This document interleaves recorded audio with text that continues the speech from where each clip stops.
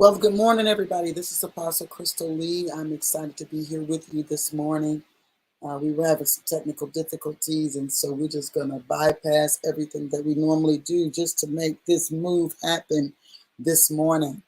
I ran out of the time to do what I normally do, so we're going to just go ahead. Here we go. We're going to just move forward this morning. Exciting time. Prayerfully, we're able to also get Prophet Marlise on the line this morning. We were having some technical difficulties on that end as well. So let's see. Let's see what we can do this morning. Amen. We're here for 111 days of kinetic prayer. Guess what? No matter what's going on, it is the Sabbath. So Shabbat Shalom to all the sons. We're here for our special 111 days of kinetic prayer. This is our Torah edition. And so I'm excited to be here with you this morning. We're going to see who's in the room. You guys come on in the room.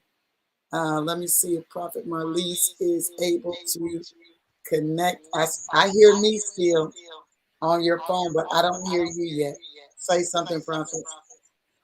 Good morning. I do hear good morning, but it's going to be very difficult. Let me see something. Let me see if it is an issue on my end. Give me one moment.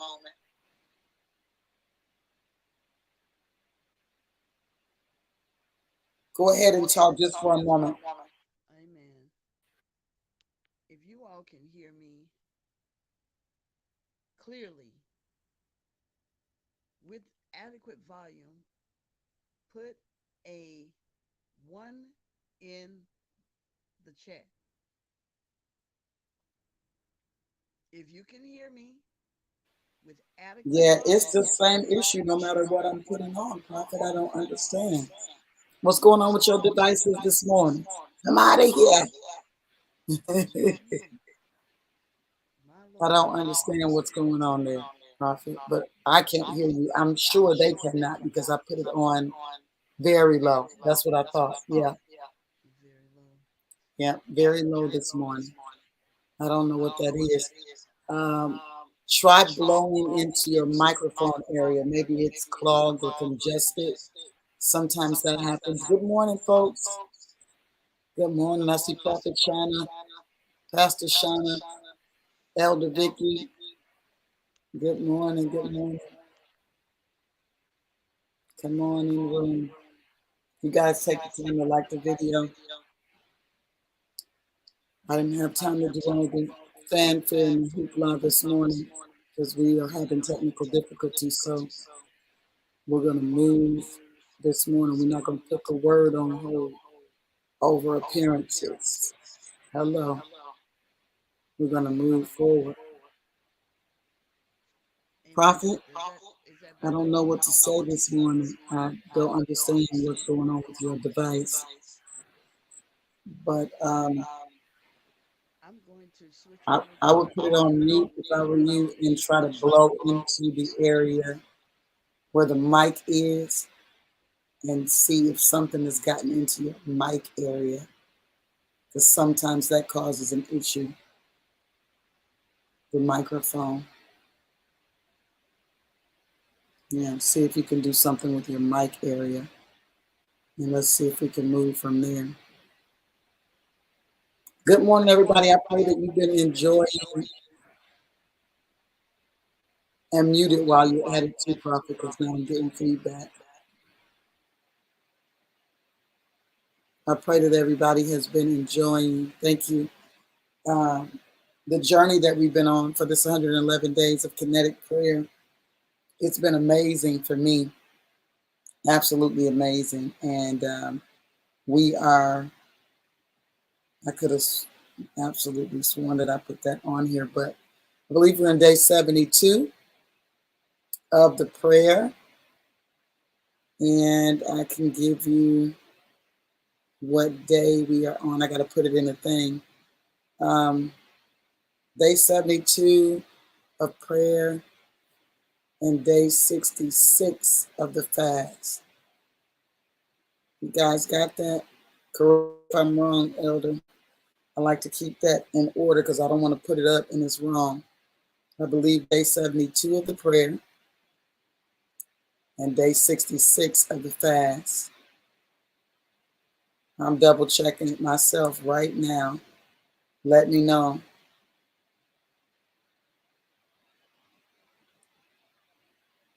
Day 72, yep. Day 72 of the prayer and day 66 of the fast. Okay, we got it together.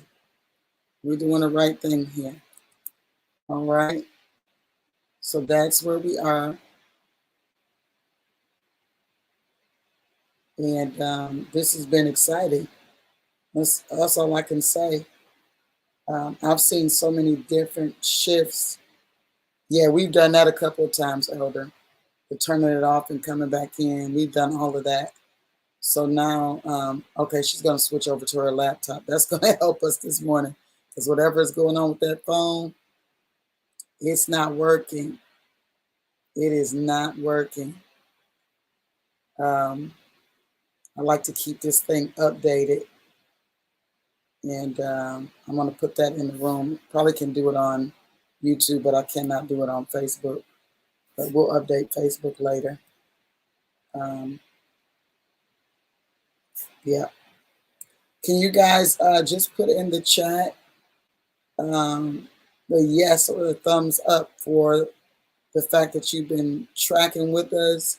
You've been learning something. We've been growing together. You've been... Okay, we're going to leave that alone. We'll fix that later too. Everything is doing its own thing this morning. It's okay. That's okay. So we are in our fifth reading for Torah, and it opens up with the remembrance that Sarah lived. That's the opening statement. Sarah lived. And I was getting some really amazing conversation yesterday as I was reading through Torah. My father was talking to me about some things, so we're definitely going to have our table talk, a brief table talk. I don't know if I'm going to do as long today as I normally do. We'll see, though. The fifth reading, and the father began to talk to me about the sorrow or the mourning place, the place of mourning over the death of people. So I just briefly put in the description box that we don't live in perpetual sorrow regarding the life of those who have gone before us. We must look at our sleeping relatives as a kind of foundation or a framework for generations. And that's really important because there are so many people that perpetually sorrow over people, and that's not healthy and it's not godly. The Bible talks about us not being in sorrow like the world does, not seeing the thing from the same perspective that the world sees it. And for me, when he began to speak to me on that level about death, it was a lot. It was different. I said, this is a good place to really share. I'm not a perpetual mourner. There are people that I do miss, people that I loved, that I would love to have had a longer time with. Okay, I would have loved to have a longer time with them. And in some cases, when I'm doing certain things, I would love for them to have been here to enjoy those experiences with me. But I cannot perpetually mourn. It's not healthy. It's actually leading over into a demonic space. Prophet, say something. Let me see if you are fixed. Good morning. Are you talking from your laptop now? Actually, I'm talking from my phone. Something ain't right over there. Uh-uh. Because if you on your laptop and not on your phone, and it still sound like that, that ain't right.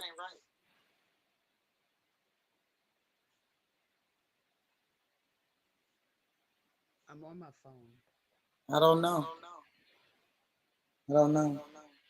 We'll just let it be for a minute. Come in every now and then and say amen until we can hear you. Because something got a break in that. So I would, have loved to have them for a longer time. And I notice a lot of people around me, they go into these spaces over death. And it's a little wild. It's a little wild because at the end of the day, mourning is It's a necessity. Um, it is good to do it, but to do it perpetually it creates a deficit. It's not a good thing. It leads into a place of worship, actually, and so it's not good. Say something, prophet. Say amen. Say something if you're changing something, and then that way we'll know if you are able to be heard yet. Because right now you still are not heard. Um, so we don't live in perpetual sorrow regarding the life of those who've gone before us, because how we look at and see death is completely different. It's completely different as believers. Something they said or did in their lifetime, okay, or both, said and did, um, have impacted us in such a way that we're able to learn from the successes and the failures in order to be greater than we were, or be greater than they were. I'm sorry, to be greater than they were, to go further than they went, to be wiser than they were, to build more sustainably a legacy. We're going to talk a whole lot more about a whole lot of things, but he kind of moved in on this death thing first, because I think that this is an area, grief is an area that a lot of people lose themselves in. And the crazy thing about this is that we're in an age where death is going to be, we've seen a little bit of it when we saw the pandemic come in, the scandemic come in. We saw a little bit of it then.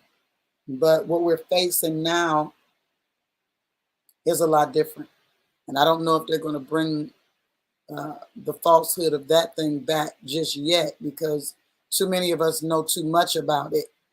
And there's too much information circulating. Of course, there are still people that are blinded by the lies, because I'm walking around seeing people with masks on even now, just over a brief conversation about it. Okay, so they still have a grip on some of the minds of the people, but a lot of people have awakened past the lie. They've awakened past that lie, and now they're looking to do some other things. So a lot of what they do is going to be more on a silent level. So we're still going to see some things. We're still going to be some deaths, and we have this break now, this brief break in between things, but oh God, I can't do it between that and the happy heavenly birthdays. Listen, I can't do it. I mean, it's just too much. And people don't really understand what position they're putting themselves in. They don't understand that. But my prayer is that as the Father has given us the technology for this age, the technology for the language and the communication to this generation, that some things will break in the hearts and the minds of people, and the minds and the hearts of people will be turned back to their Father, to understand that they're still here and that there's still life for them to live on the other side of the death of their loved one. They still have to live. And if they're going to bog their life down with the continual, I don't even know how to say it. It's not even a remembrance, the continual reliving or the continual behaviors as if the person is still alive. It's not healthy. It's not mentally sound. I don't know what to say. But there's so much in this parasha. The authority of a name, covenant transactions, the passing of mantles. It's so much here. We're just going to take some time and talk and walk through the parasha together this amazing Sabbath day. And Shabbat Shalom to all of the sons of the Most High Yah this morning. I'm glad that you're here with me to take this time. We have in the description section, you'll see various texts, perpetual cycles of grief. It's absolutely ridiculous, Pastor Shauna. Absolutely ridiculous. Genesis chapter 23 is our first reading. Genesis chapter 23, we're going to chapter 25, verse 18. And the Father knows I would have loved to have my read on back up this morning, but we're here and we're going to get it done. Then we're going to go to the prophetic book, or the Haftarah, which is usually what I put there. 1 Kings chapter 1, verses 1 through 31. And then the good news portion is John chapter 4, verses 3 through 14. So I think we might read this morning first, and then we might flip to the other side, which is our table talk. I've been doing it the opposite way for a couple of weeks, and it doesn't really matter to me. I just feel like this morning we're going to read through some things, and then we will come back to the table talk this morning. So Genesis chapter 23, let's go there right now. Let's go there. Genesis chapter 23.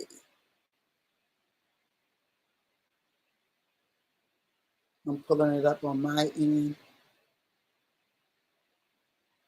Yeah, I do want to read one verse to you guys because I want to open you up in the spirit. Let me see. I want to open your spirit up to be pliable or to be dependable for a seed reception. Okay. Genesis chapter 23. I'm going to pull that up first. Genesis chapter 23. Then I want to pull this verse up for you guys. And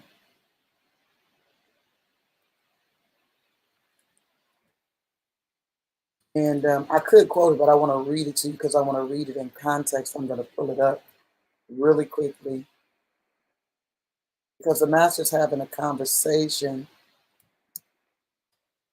in the midst of a multitude, and the disciples are not clear on why he's talking the way he's talking. Because, truthfully, from a parabolic perspective, they may have some struggle understanding it from a parable.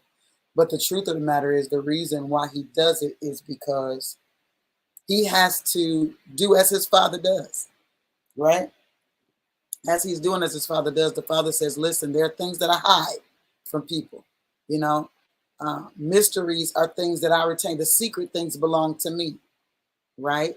But to those that I reveal it to, it belongs to them and to their children, and to their generations forever. And so the master is simply doing what his father does, and he's hiding the revelation of the thing. But the hiding of the revelation of the thing is necessary because the revelation of the thing is only available to those that have ears to hear it and eyes to see it. It's only available to those that are kings, those that are of royal stock. What royal stock means, I'm dealing with spiritually right now. The royal stock means that because kings search out matters, they're not lazy. If they see a thing, they need to identify what that is. And so I'll give you a quick example of that. When the wise men came to the king and said, listen, I've seen the star in the east of a king. I've seen it and we're getting ready to go. He said, well, I need you to, one, tell me when you started seeing that. Which way is it? And when you get there, come back and let me know you made it so I can also come and worship. So what does the king do? He wants to search out the matter. Now that's from, the perspective of a wicked king. But just so you understand, this is the way of kings. Kings search out a matter. So Matthew 13:11, you'll find it. Matthew 4:11. So this shouldn't be hard to remember because those 11s are a thing for us. 13:11 and 4:11. Okay. And the master says something very powerful to the disciples because they're questioning, why are you talking like that? Why do you teach this way? Because they've heard him break things down. They've been walking with him, and he speaks plainly to them. So what he says is, if because it is given unto you to know the mysteries of the kingdom of heaven, but unto them it is not given. For whosoever hath, to him shall be given, and he shall have more abundance, but whosoever hath not, from him shall be taken away, even that he hath. Therefore I speak to them in parables, because they seeing, see not. In other words, it's very, very clear. I mean, it's in their face. And we talked about this a little bit yesterday. He said, seeing they see not, and hearing they hear not, neither do they understand. And in them is fulfilled the prophecy of Isaiah or Esaias, as it's written here, which says, by hearing ye shall hear, shall not understand, and seeing ye shall see, and shall not perceive. And why? Here's the why, but we're going to go back up to what we talked about yesterday, which is this fact that because of the training, the teaching, because they behold to the masters that gave them something other than what was written. So it became a tradition, or it became a doctrine of devils, or a doctrine of men. They behold to that so tough that even if you show them line upon line and precept upon precept, they are not able to see it. And this is why, because their heart is waxed gross, and their ears are dull of hearing, and their eyes they have closed.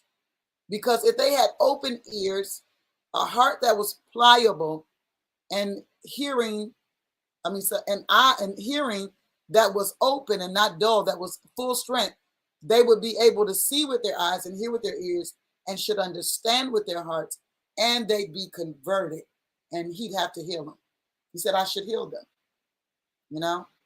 But because they don't have these components operable, the heart, the ears, the eyes, those are all a connected organism when it comes to spirituality.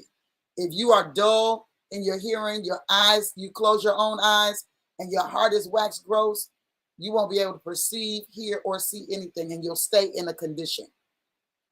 So I'm sharing that with you guys this morning to say this, that the Father is dealing with the sons. He's dealing with his people, so that we are not stuck in these places or in these spaces where we're unable to see and hear. And this is where all of the doctrines, the false doctrines, come from. This is where, all of these traditions weigh in at. And so it kind of goes back to something that we were talking about, even though this is not a biblical tradition, but we have seen it biblically where people have mourned beyond, they mourn the dead longer. We see that that's a way of worship. It's actually a way of worship.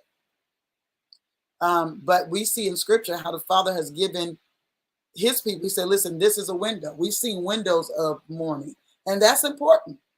Even the act of not mourning is not healthy, and people don't mourn, and it creates other issues. It creates other issues, but perpetual mourning is not. That's not a thing that sons do. I don't get sad every time my grandmother, the day of her birth comes around, or the day that she, passed away. I don't even remember the exact day. To remember that is just too much. That's not honoring her. What's honoring her right now is the fact that I am following the prophetic instructions that she gave me, because something has to be continued. So let's go into here and read for the day. Genesis chapter 23. We see the death of Sarah is upon us, and it says here, and Sarah was 107 and 20 years, which means 127. These were the years of the life of Sarah, 127. And Sarah died in Kirjath Arba, the same as Hebron, in the land of Canaan. And Abraham came to mourn for Sarah and to weep for her. So we see that mourning and weeping are a thing. Okay. And Abraham stood up from before his dead and spake unto the sons of Heth, saying, I am a stranger and a sojourner with you. Now understand, he's in the land that the Father promised him, but he's yet calling himself a stranger and a sojourner. Why? Because he wasn't there in the land to necessarily take it over completely. He was in the land to create a marker. He was in the land for it to become a prophetic signpost for the generations that would come after him. He was in the land as proof of the fact that the Father brought him there, and as proof that the Father is going to bring his people to that space. So he says, I'm a stranger and a sojourner with you. Give me a possession of a burying place with you, that I may bury my dead out of my sight. And the children of Heth answered Abraham, saying unto him, Hear us, my Lord, thou art a mighty prince among us. So even though he didn't completely take over the space, take complete possession of the space, he did make a mark in the space, right? In the choice of our sepulchres, bury thy dead, or sepulchres. You hear church people say the thing wrong so long, it's almost embedded in your psyche. Sepulchres, bury thy dead. None of us shall withhold from thee his sepulchre, but that thou mayest bury thy dead. And Abraham stood up and bowed himself to the people of the land, to the children of Heth, and he communed with them, saying, if it be your mind that I should bury my dead out of my sight, hear me, and entreat for me to Ephron the son of Zohar. So he already has his mind set on a place that he actually wants to bury, a place of possession for him and his, posterity, that he may give me the cave of Machpelah, which he had, which is in the end of his field. For as much money as it is worth, he shall give it me for possession, for a burying place, amongst you. And Ephron dwelt among the children of Heth. And Ephron the Hittite answered Abraham in the audience of the children of Heth, of all that went in at the gate of his city, saying this, Nay, my Lord, hear me, the field give I thee, and the cave that is therein I give it thee. In the presence of the sons of my people give I it thee, bury thy dead. And Abraham bowed down himself before the people of the land, and he spoke unto Ephron in the audience of the people of the land, saying, But if thou wilt give it, I pray thee, hear me. I will give thee money for the field. Take of me, and I will bury my dead there. And Ephron answered Abraham, saying unto him, My Lord, hearken unto me. The land is worth 400 shekels of silver. What is that betwixt me and thee? Bury therefore thy dead. And Abraham hearkened unto Ephron. And Abraham weighed to Ephron the silver which he had named in the audience of the sons of Heth, 400 shekels of silver, current money with the merchants.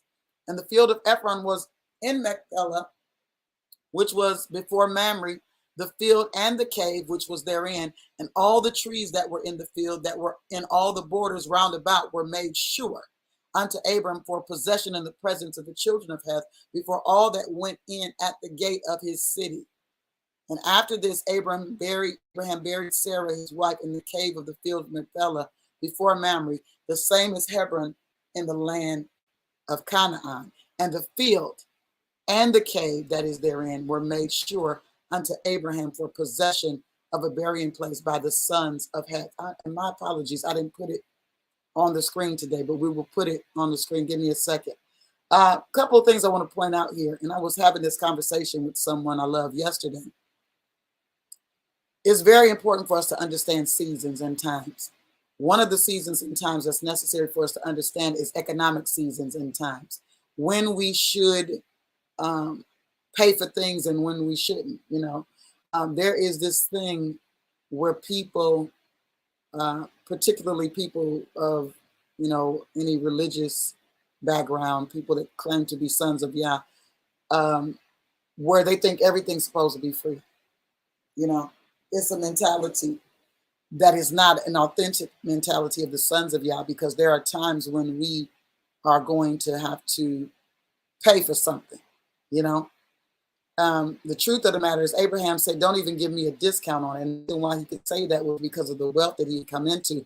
What was money to him? I hadn't planned to go here, but I want you to just walk with me for a minute.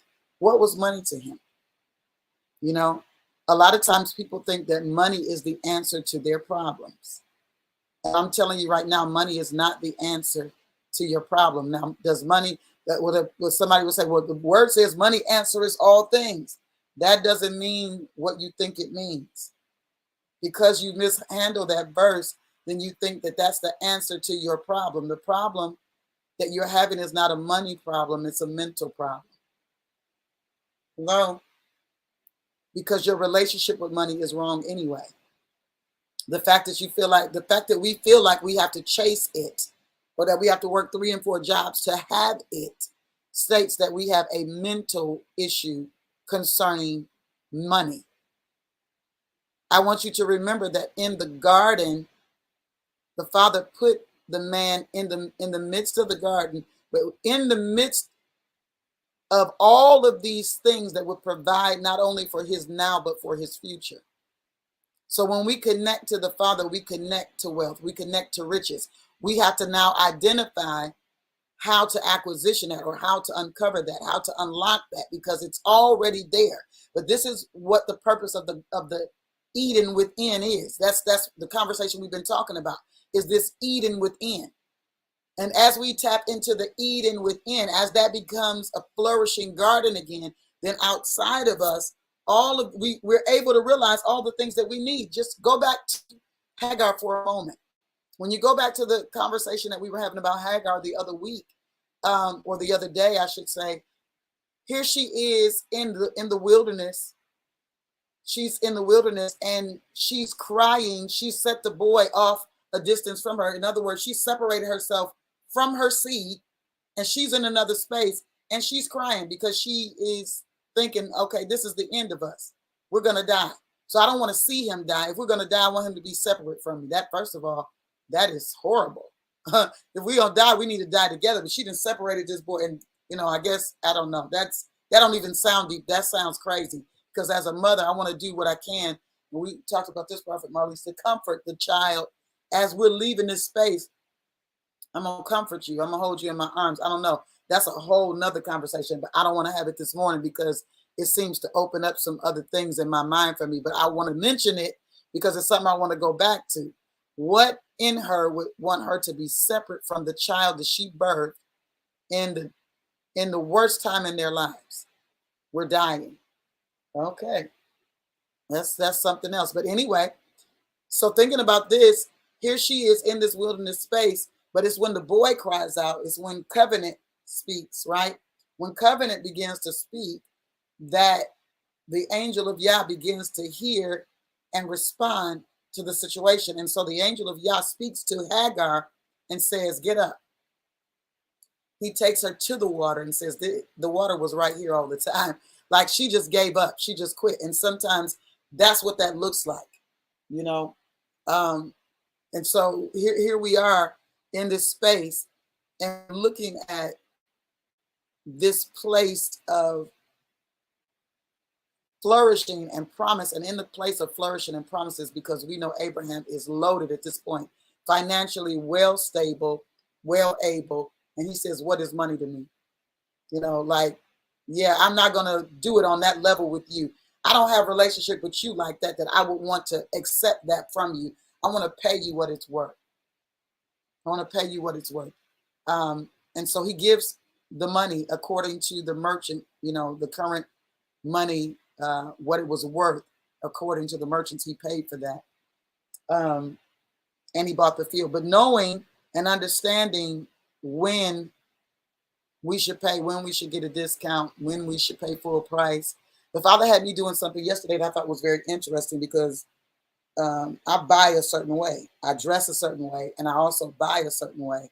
And the Father had me doing something yesterday that was very interesting in preparation for things that are being released. He had me putting things in a cart. I was online, I was shopping, I was window shopping yesterday. And I thought that was interesting because I have all of these things in storage, in my storage unit. Upon taking that stuff out, of course, you're thinking, well, I'm just going to, wear what I have. And one of the things that he talked to me about too, but while we're talking about possessions, okay, since that word came up, the Father is desiring this season to break the cycle of this unnatural, and it goes with the whole death thing too, the unnatural connection to things. He said, why do the people unnaturally have an affinity towards just the collection of things, just holding on to everything? Like it's this bragging thing of, well, years. I'm thinking at this point, you probably should get something new. I understand that it's still working for you. It still looks good and all of that. But I'm saying at this point, why? Just why? So he had me putting some stuff in the cart and he said, I'm going to allow you to go through some of the things that you put away because some of the things you got and you hadn't even worn them yet. And there was a purpose in which you got them. So I'll let you do that. He said, but I want you to buy all new and I want you to pay full price for it. Hello? I want you to buy new and I want you to pay full price for it. Now that sounds wicked to some people. That would sound so wicked to them because like, why am I buying all new stuff and paying full price for it? Honey, I get a discount on everything I do. Like as if to say that the discount is a godly thing and it's the only way that the Father does what he does for us. You understand what I'm saying? That's not the only way that he does what he does for us. He provides for us so that we have what we need to get or to acquisition what it is that we're acquisitioning as well. So discount is not always a thing, but provision is a thing with sons, whether it's discounted or free or otherwise. Provision is the thing. So we need to focus on the fact that he is a provider, but we also need to identify the season that we're in when we're acquisitioning something. Now, there are ways to get things, and I think I talked to Prophet about this the other day. And so we got to be wise about the things that we do, because there are times that we're spending money for things that we should not have to. Let me tell you this. If you are a nonprofit, why would you be spending money to feed people when there are places that have been established to donate to you based on how you're set up, to donate to you the things that you have need of to facilitate the work that you do? Now that don't make sense. Why are you buying when you need to be having conversations and creating the transaction of donation for the sake of fulfilling whatever it is that you're trying to do? It just doesn't make sense. So understanding the times and seasons is very important when we're talking about possession. But going back to the Hagar piece, listen, she could not see what she could not see, but she was not relationally connected enough to understand provision, even though things have been provided for her. Even though she had been given provision and seen the provision of Yah in another situation where she was called back out of that wilderness and taken back to that space, she couldn't see provision that way. She didn't understand provision in the way that sons understand provision. And so Abraham had the understanding of provision, and there he had a wisdom about provision as well. I love his wisdom on provision, and he's somebody that we can definitely learn from. He's definitely someone that we can learn from in this matter. So let's look at this a little further. We're going to go to chapter 24, and I'm going to put it up on the screen as soon as there we go. I'll put it up on the screen for us. Let's see here. I don't think there was anything else I wanted to grab out of that, but it'll come back to me if I do have something else to share. I'm going to put it up on the screen because this is what we do. And I completely forgot to do this when I was having so many other things going on. Here we go. Let me know when you see. There we go. All right. Now, let's make this bigger because I don't understand why it's so short. Oh, I think it's shorter maybe because I'm usually used to all of the stuff that I have on the screen. And so now I don't have all that stuff on the screen. Let's see if we can make it bigger because I want you guys to be able to see it. Since everything else is not there, let's just see if we can make it bigger.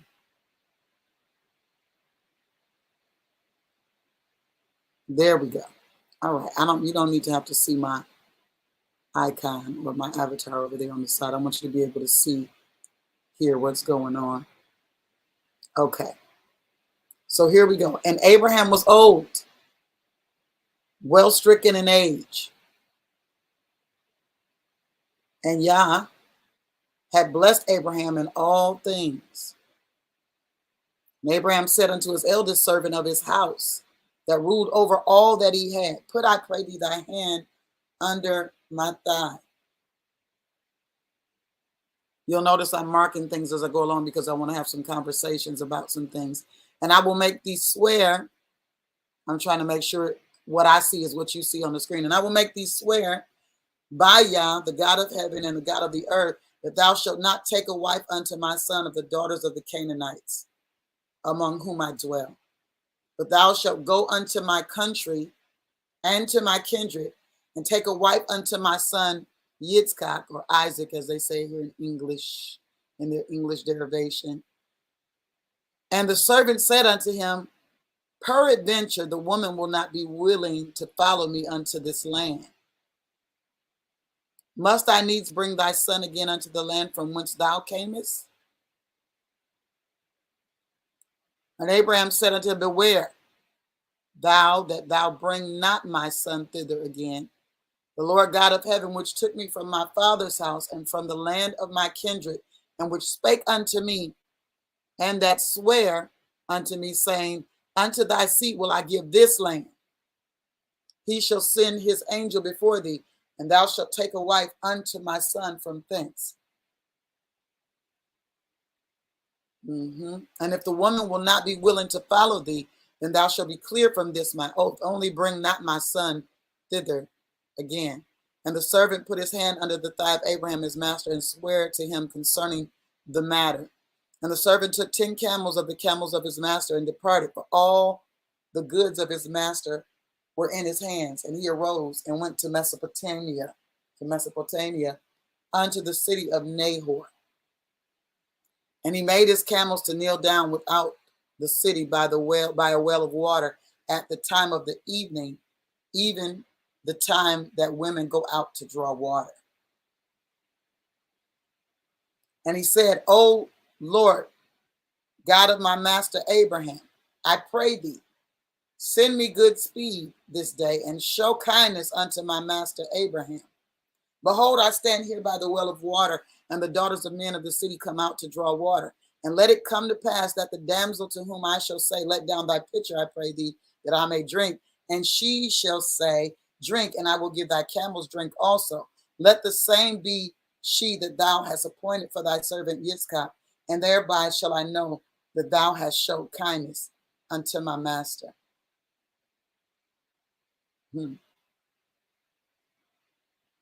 Thank you, Father. And it came to pass, that's the key, before he had done speaking, that behold, Rebekah came out, who was born to Bethuel, son of Milcah, the wife of Nahor, Abraham's brother, with her pitcher upon her shoulder. And the damsel was very fair to look upon, a virgin, neither had any man known her. And she went down to the well and filled her pitcher and came up. And the servant ran to meet her and said, let me, I pray thee, drink a little water, thy pitcher. And she said, drink, my lord. And she hasted and let down her pitcher upon her hand and gave him drink. And when she had done giving him drink, she said, I will draw water for thy camels also until they have done drinking. And she hasted and emptied her pitcher into the trough and ran again unto the well to draw water, and drew for all his camels. And the man wandering at her held his peace, to wit whether Yah had made his journey prosperous or not.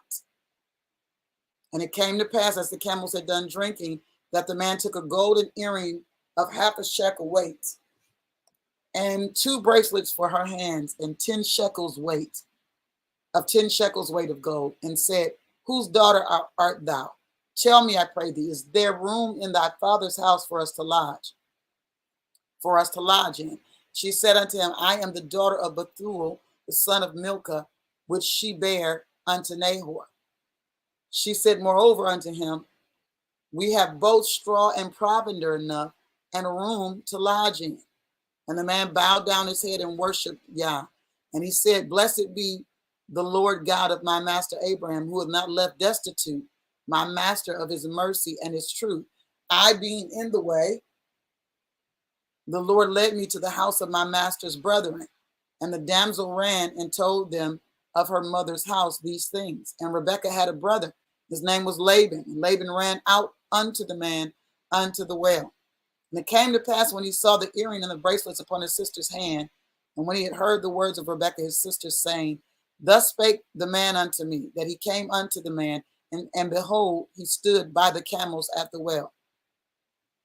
And he said, come in, thou blessed of the Lord. Wherefore standest thou without? For I have prepared the house and the room, and room for the camels. And the man came into the house, and he ungirded his camels, and gave straw and provender for the camels, and water to wash his feet, and the men's feet that were with him. And there was set meat before him to eat. But he said, I will not eat until I have told mine errand. And he said, speak on. And he said, I am Abraham's servant. And Yah hath blessed my master greatly, and he has become great, and he hath given him flocks and herds and silver and gold and men servants and maidservants and camels and asses. And Sarah, my master's wife, bare a son to my master when she was old, and unto him hath he given all that he had. And my master made me swear, saying, thou shalt not take a wife to my son of the daughters of the Canaanites, in whose land I dwell, But thou shalt go unto my father's house and to my kindred, and take a wife unto my son.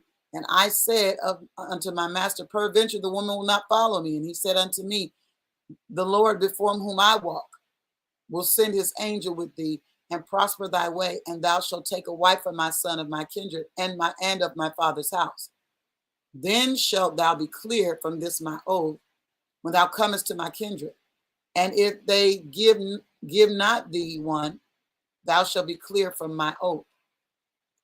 And I came this day unto the well and said, O Lord God of my master Abraham, if now thou do prosper my way which I go, behold, I stand by the well of water, and it shall come to pass that when the virgin cometh forth to draw water, and I say to her, give me, I pray thee, a little water of thy pitcher to drink, and she say to me, both drink thou, and I will also draw for thy camels, let the same be the woman whom Yah hath appointed out for my master's son.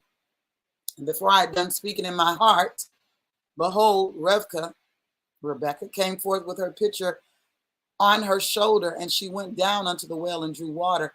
And I said unto her, let me drink, I pray thee. And she made haste and let down her pitcher from her shoulder, and said, drink, and I will give thy camels drink also. So I drank, and she made the camels drink also. And I asked her and said, whose daughter art thou? And she said, the daughter of Bethuel, Nahor's son, whom Milcah bare unto him. And I put an earring upon her face and the bracelets upon her hands. And I bowed down my head and worshiped Yah, and blessed the God of my master Abraham, the Lord God of my master Abraham, which had led me in the right way to take my master's brother's daughter unto his son. And now if you will deal kindly and truly with my master, tell me, and if not, tell me, that I may turn the right hand or to the left. Then Laban and Bethuel answered and said, the thing proceeded from the Lord. We cannot speak unto thee good or bad. Behold, Rivkah is before thee. Take her and go, and let her be thy master's son's wife, as Yah had spoken. And it came to pass that when Abraham's servant heard their words, he worshipped the Lord, bowing himself to the earth. And the servant brought forth jewels of silver and jewels of gold and raiment, and gave them to Rivkah. He gave also to her brother and to her mother precious things. And they did eat and drink, and he and the men that were with him, and tarried all night. And they rose up in the morning. And he said, send me away unto my master. And her brother and her mother said, let the damsel abide with us a few days, at least 10. After that she shall go. And he said unto them, hinder me not, seeing the Lord hath prospered my way. Send me away that I may go to my master. And they said, we will call the damsel and inquire at her mouth. And they called Rivkah and said unto her, wilt thou go with this man? And she said, I will go. And they sent away Rivkah their sister and her nurse, and Abraham's servant and his men. And they blessed Rivkah and said unto her, I love this blessing. Thou art our sister. Be thou the mother of thousands of millions, and let thy seed possess the gates of those which hate them. Oh my God, every time I hear that, it just does something to me. And Rivkah arose and her damsels, and they rode upon the camels and followed the man. And the servant took Rivkah and went his way. And Isaac, or Yitzchak, came from the way of the well of Lahairoi, for he dwelt in the south country. And Yitzchak went out to meditate in the field at eventide. And he lifted up his eyes and saw, and behold, the camels were coming. And Rivkah lifted up her eyes, and when she saw Yitzchak, she lifted or lighted off the camel. For she had said, for she had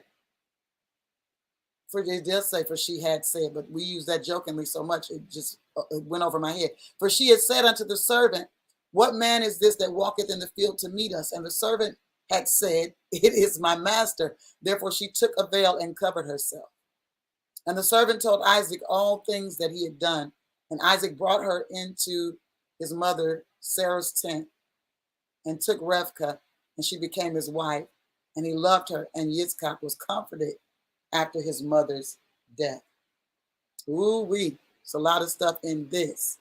A lot of stuff. I want to see what you guys are saying over there, so I'm going to move this out of my way so I can see. I need to pull it up on my phone, too. You guys are quiet this morning. Quiet this morning. I hope you're marking things, and I hope you're taking notes. I hope you are taking notes. I'm going to pull this up in my phone. Yeah, there's a lot in this. And this will take me to some of the things that the Father discussed with me last night and this morning. So let me pull that up. Prophet, are you speakable yet? Nope. All right. Okay. Yeah, we're gonna go through here. I should have probably done it the reverse way, but I want you to see a little bit about legacy here. So when we go back to the purpose of life, the discussion about the purpose of life, Sarah lived. In other words, there was a reason for her existence, and now in her absence, we can begin to see the reality of her being. One of the realities of her being was to bear this promised son, this son of promise. So he is now brought forth, as it was in her old age, yet brought forth. She went her whole life, no children, but brought forth this son. May that be encouragement for a lot of people that are concerned about passing the time of their womanhood, passing the time of that bringing forth. We don't live, we talked about the perpetual sorrow of the thing, but I want you to see what took place with Yitzchak, because Abraham left all his wealth to Yitzchak. So when the servant went, there's a couple things I want to talk about. When he went back to the place of his master's nativity, it's a couple of things that he said. Now, the father brought him out of that space. Yeah, he still had family there, but the father brought him out of that space. And one of the things that the servant said, if it doesn't go the way I think it should go, or the way that you're explaining it to me, should I then bring your son into that space? And Abraham said, don't bring my son there. Now, it would be a first thought in the mind of a logical person that the reason why he doesn't want Isaac to go back there is because of the idolatry, but that's not what he's dealing with. His position now is, the father told me about a land that he was going to give me. He made a promise. He said, and because of that promise, we're not to leave the promise. I don't want my son to leave the space of promise to go anywhere to find a wife. I'm sending you to go get a wife, but I don't want, if it doesn't work out the way I'm telling you it should work out, then don't worry about it. You're cleared of the oath. I don't want him to marry the Canaanites because I don't want to mix. I understand, and understand the law has not been released yet, but it's something about walking with Yah that actually gives us a law, the law within. You know, the Bible talks about the law written on the table of our heart. It's something that you know in walking with him. It's some things that you begin to know in walking with him that you know should not be done. There's no law put in place yet. Moshe's law has not come forth yet, but Abraham knows that his son should not be connected to a Canaanite. He knows that ain't a pairing. That's not a thing, okay? I just think that that's fascinating, that the law of Yah, when we're in relationship with him, is written on us or in us in such a way that we are identifying things that haven't even been said yet. But he sends the servant, and the crazy thing about this is that when the servant goes, he takes with him of the stuff of his master, because this is the stuff that is Isaac's possession, because it's his master's possession, and he knows that Isaac is going to have it all. So when he goes, he talks about the possessions. I think this is important because we got to identify what the possessions are before we make connections, right? We got to identify possessions before we make connections. And I'm not just talking about earthly things. I'm not just talking about worldly things, because for me, this goes over into more spaces than one. What do you possess, right? He came bearing what was the possessions. And we know the dowry. We understand how all of that works from a marital perspective, but he came with way more than what anybody could have identified as a dowry, okay? And he came with something on his mind. And we talked about this in our last feast season. We talked about this a little bit, so I'm not going to tarry on this long. But he came with something on his mind and something in his hand in order to acquisition the wife that his master sent him to. Now, I think it was fascinating that he chose the oldest or the eldest of his servants. He didn't, this goes into that whole inheritance piece. This goes into that whole maturity piece concerning things, because why would you choose the youngest? They're still coming up in the understanding of how things work and all that. He wanted to choose wisdom. He chose wisdom. He chose one that had been with him. He chose faithfulness. There we go. He chose faithfulness as well over anything. This person has been with me. They've walked with me through all of the things that I've been through. They know me, so they know how to do things on my behalf. Now, I thought this was fascinating because one of the things that the Father began to talk to me about was what's in a name, right? And we often hear, I said, oh, wow, this is some clarity for the sons of Yah in this season so that they understand how and why I operate the way I operate, okay? Because here's the thing.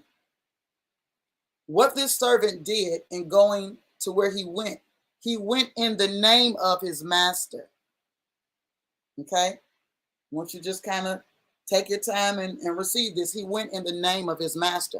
When he got to the house that he was going to, he didn't say in the name of the Lord that my master serves. He didn't say any of that. He said, I am Abraham's servant. Do you understand what I'm saying? So he entreated them based on the name of his master, not the name of anything else. And so you'll notice several times that even in the passage, there was this, I pray thee. So when I tell you guys that conversation is a type of prayer, it's a position of prayer.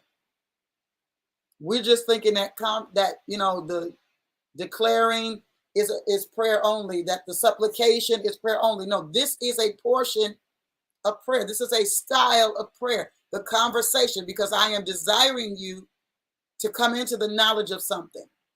I'm desiring to give you something that you might be able to receive it. And in this case, when he asked of the water, he was desiring her to see his need in that moment and to give of what she had to meet that need. That was an exchange of prayer. He prayed her, she answered the prayer. Okay, so I just want you to see this because there's something in a name. So here's the thing. The master never taught the disciples to pray and end their prayer with his name, but he did instruct them to ask the Father in his authority, which that word unama or name is there, which is the same thing that we see here with the servant of Abraham, asking in the authority, going in the authority of that master to get a thing. And see what happens here is the fact that when they look upon the servant, they see the master instead. They don't necessarily see, oh, he's just a servant. No, they're seeing what he's coming with and why he's coming. They're seeing what he's carrying as a result of his connection. And this is the same thing that we saw in the scripture where the sons of Sceva were concerned, right? We see that, okay, they're trying to have a conversation on a level that they don't have the authority to have the conversation because they don't have the relationship necessary to be able to execute this level of conversation. Because being able to do it that way means that I have to have relationship in order to execute it. I can't just throw a name around. And that's, sadly, that's where we are in the religious industrial complex. We're in a space where we just throw a name as if it's a final, what do I want to say here? As if it's a seal of a deal. You know what I'm saying? I'm going to say in the name of Jesus because that seals the prayer. No, it doesn't. The relationship is what seals the prayer. The relationship is what even authorizes the prayer and authorizes the fact that, or even gives you the audacity to believe that it will be, because you came the way that he would have come. He showed a way, you followed the way, and because you followed the way, you got results. So this servant watched his master Abraham, and he understood the interaction. He began to identify the interaction between the master and his God. And this is how he functioned on his journey. He followed the way of his master, and he got results. I'm stating to you that this is the way of sons, that we have to follow the way of the master. And as we follow the way of the master, we will get the results. This is why he said you can ask anything. Now, when he says anything, this is barring the fact that you are in the relationship. Okay? Barring the fact that you are in the relationship with the Father, because if you're in the relationship with the Father, you'll know what to ask for. You'll know how to ask, right? You're not going to just ask for something ridiculous. And what do I mean by ridiculous? Something to consume it upon your own lust. Because we know that anytime the Father is releasing a thing to us, it is something that needs to be released to others. It's not just for us. The blessing is never just for one person. And so we're in this age where people get access to something and then they only consume it upon themselves. Now, people are wondering, well, how do we leaders get to these different places and these different points in life? And I don't want to tell you, because that means that you are going to reach or achieve, if you believe it and you receive what they're saying, you're going to reach and you're going to achieve that level as well. Then that means you're no longer a servant or subservient to them. Now, that's ugly, because why wouldn't I want the leaders that are connected to me to be able to step into the same space that I have stepped into, so that they can facilitate the movement of the kingdom of Yah like I'm facilitating it. You know what I'm saying? So you'll notice those that are connected to me, you'll identify in seasons to come that there's going to be a raising up of some things. And here's another thing. I love how the Father did what he did. Let me tell you why I love how he did what he did. Because he didn't authorize me. He said, I'm authorizing you to teach and to train the people. Right? I'm authorizing you to teach and to train them. He said, but I don't want you to pass the mantle. I don't want you to, personally, I don't want you to affirm anybody in any kind of service. I don't want you to do those things just yet. I could hear him saying that now. I didn't understand what I understand with the clarity that I understand it, but I did understand I wasn't doing that. And I flat out said, I ain't doing that. Not in this season. And I didn't know that was, that I didn't have all the pieces that I have now. Let me see if Prophet is able to speak now. Can we hear you yet, Prophet? Nope. It's wild.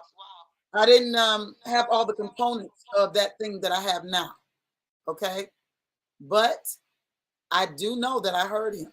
And I do know that it was for me to follow what he had given me, the way that he had given it to me. Okay. So this is living proof that you can follow a thing without understanding it. But in this season, now that I'm coming into a space, because it's something that has to happen. It's a transaction that has to happen between a person that is fathering or mothering sons, and that is inheritance. So it's great for me to pass spiritual inheritance to you. I've been doing that for a long time. But in this season, it's going to be different, because I'll have spiritual and a natural inheritance to give. And so now I can complete the cycle. I can complete the whole setup now, right? So in the completion of the whole setup, that gives a different perspective of what leadership looks like. That gives a different, I don't know how to say this. That gives not just the outlook, but it positions those that are being raised up differently. Because what I've been telling you is that the Father is saying this, listen, this is how you're going to identify the authenticity of the transfer. It not only comes with spiritual transfer, it comes with economic transfer. And people that have been connected to me have advanced economically. Okay. I'm not saying that. They've taken the things that I've said, and you heard something that somebody said just the other day. This is a perpetual thing. It's taking place. However, I need to be able to, as a parent figure from a spiritual perspective, to transfer something to you that helps set you up in the region that you're in order for you to do what you have to do. What Abraham did for this servant, he wanted to acquisition the bride. Listen to what I'm saying. He wanted to acquisition the bride, but he gave to the servant what was needed. This is a leadership 101 kind of, well, no, this is advanced leadership conversation. He gave to the servant what was needed in order to acquisition the bride. That means he prepared something. He already had something prepared that the servant could take with him in order to get the bride. to get the bride in position to have the bride for the son. So I don't know if y'all got that, but that we'll come back to that in another conversation, maybe in a leadership conversation. We'll come back to that because that's something else to think about. Okay, that's something else to think about. I see you still trying, Prophet. I love that. Listen, we don't quit. We keep on going. I'm trying. We keep on going. Thank you, Father. And if you're not able to comment here, Prophet, you can always type in the chat room what your thoughts are and what's going on with you. Okay, you can always type that in the chat room. So I thought that was powerful. The thoughts, those kinds of thoughts. But I want to go back to some things. So let me go back to my notes here and go back to what I've checked. Okay. Yes, ma'am. All right. Okay. So let's go back to the whole name thing because that's where we were discussing the name. Okay. So we got to be very careful because it's become this token. It's become like an omen. You know what I'm saying? Blessings to you. I haven't seen you in a long time, John. Blessings to you. It's become like an omen or some kind of talisman, like we're going to add this to the end of a thing. In other words, this is how we get this done. No, how you get the thing done is the relationship itself. And if you are in the relationship itself, then you will find that when you are functioning, you're functioning from the right place. Again, this is why the master said, you can ask anything in my name, in my authority. Bring me up. You're going to do it based on how I did it is what he's saying. Okay. So let me kind of put it in some other terms so I can see, because you see that there's this principle that encourages praying in the name of a righteous man. So you often see that the servant said, because of my father Abraham, let it be that because of my father Abraham. In other words, I don't necessarily have the same relationship that he has with you, but because he sent me, then I'm depending on what he depends on or who he depends on to give me favor in this area. Hello, so that I can get this thing done. So when we pray, and we are in that position that we're praying from the authority that the master has bequeathed to us, we're praying on the behalf of, listen, because you, Father, have given authority to the Son, and the Son has passed authority to us, we stand in that authority in the relationship to ask you for this thing, to acquisition these things, right? And again, remembering James chapter 4, we're not doing what we're doing to consume it upon our own lust. We're not doing what we're doing, just for consumerism. We talked about that a little bit yesterday. But this is a place of contracting. We want to become divine contractors of the heavenly inheritance. We want to become contractors. That means that the Father can give you something that can be passed to somebody else. Just think about if Abraham had given this kind of responsibility to somebody who was serving him in his house that was not of this same maturity. They might have taken all of this and want to try to start a life for themselves. They'd have taken this stuff and would have started a life for themselves if they were not understanding faithfulness yet, right? That you got to come into the space of faithfulness. And that's another reason why the Father did what he did, because he said, listen, the body, it's the people that are not faithful enough yet. They're not faithful enough for you to pass certain things yet. It's, I'm not like trigger happy on certain things. Now I find that there's a trigger happiness about certain things. Now I have instructed, and like the master did before his death, he instructed and he said, listen, this is what your call is and this is what you're to do. So have I sent people? Have I had conversations? And now they're doing the things that are necessary because of what the word says about how we should move, caring for the widows, the orphan, caring for these different areas of care concerning the Father's heart. What's concerning his heart? He cares about these things. So we should care about these things. Therefore, we should feed people. We should clothe people. We should go and visit the home, go and visit the fatherless, go and visit those in the nursing homes. And we should care for the prisoner. All of these things are important. So we've been doing those things. And now we're getting ready to cross over into another level of ministry, which I think is so phenomenal, because now we'll have the things that we need. But you got to come into the space of faithfulness. And faithfulness doesn't just mean that, How do I want to say this? Because how the church industrial complex views faithfulness is based on your church attendance. You hear what I'm saying? No, I'm dealing with whether you're attendant to Yah or not, because you'll be faithful in our relationship. And that's a whole nother situation. Our relationship, there will be faithfulness because you attend to the Father. And if you're attending to him, that means you can go out and do the work. That's what I'm dealing with according to faithfulness. I'm not dealing with, did you show up every Sunday? Every time I call you, are you available? I'm not dealing with that, because I realize that people have things that they have to accomplish, things that they have to do, things that they had on their books already. So why should I be able to call you and say, well, drop all of that and come do what I'm telling you to do?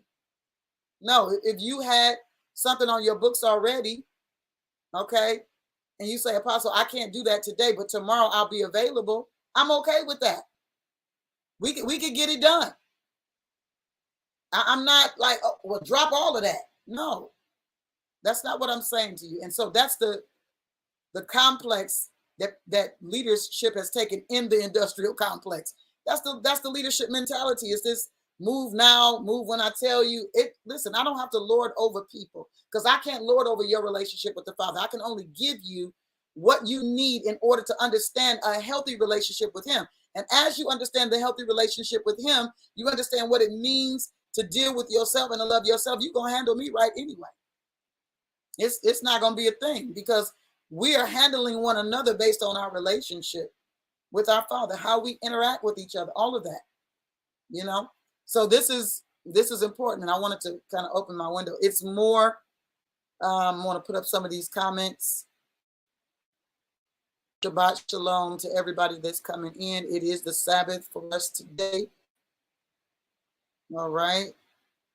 Come into the space of faithfulness. It's more than your diligence to the matters of the place that they call the place of worship. I added the extra, that they call the place of worship. That's a gathering space. The place of worship is wherever we show up, right? The place of worship is wherever we are, because we are worshipers, right? So let's get back to this thing. Let's get back to it this morning. You guys feel free to put your comments in the comment section. So the thing about the name, what's in a name? Right now, names are not as big a deal. It seems like things are kind of going back to that space.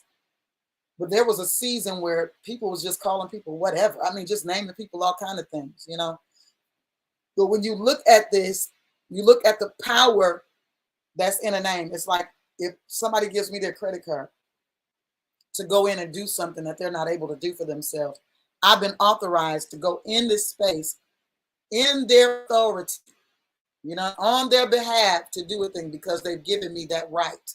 Okay, so it's the same thing in prayer. You've been authorized to do what you're doing. You've been given the authority by the Mashiach to go boldly into the presence of Yah. Why? Because the veil was rent. Why? Because you came into the relationship based on the finished work. You understand that was a resetting and a reestablishment of you getting back to that Edenic space, that garden space where you walk with the Father. There's nothing in between you and him. But that's a result of you understanding and accepting the work that was done on your behalf, and not needing all of the other, all of the other things. And now what's funny about the tapping into the name,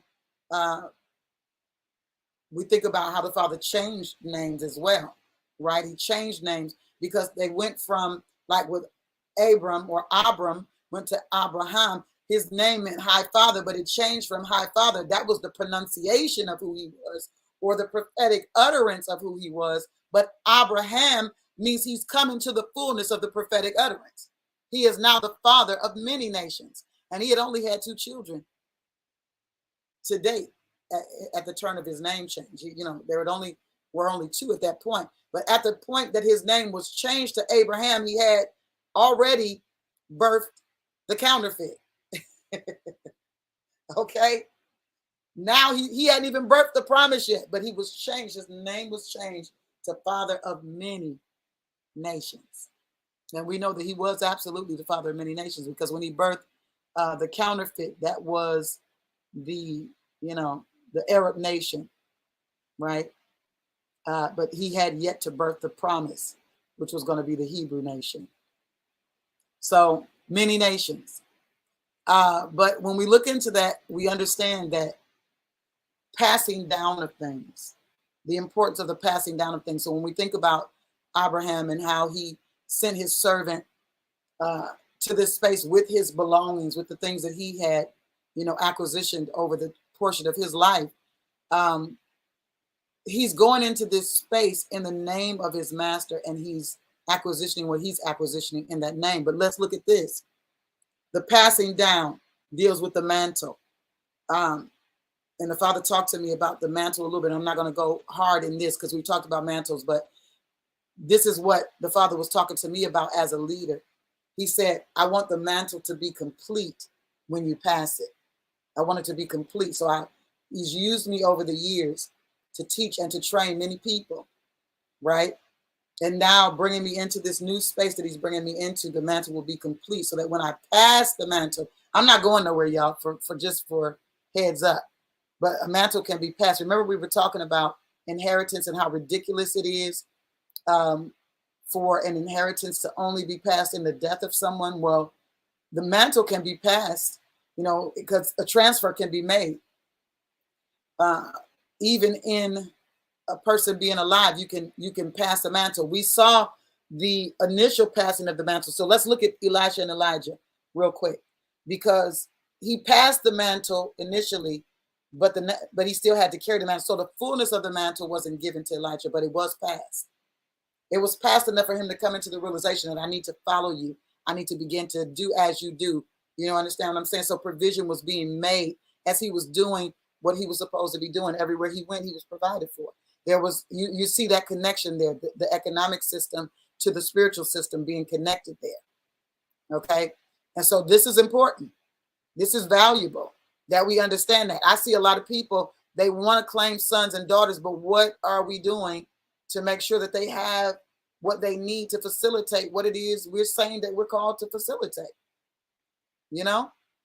Paul did it this way. He would, ask the different churches to give for the need of the different churches so that we could take their, what is necessary if they're new and upcoming, we could take their what's necessary for them to begin to build out what they need to build out.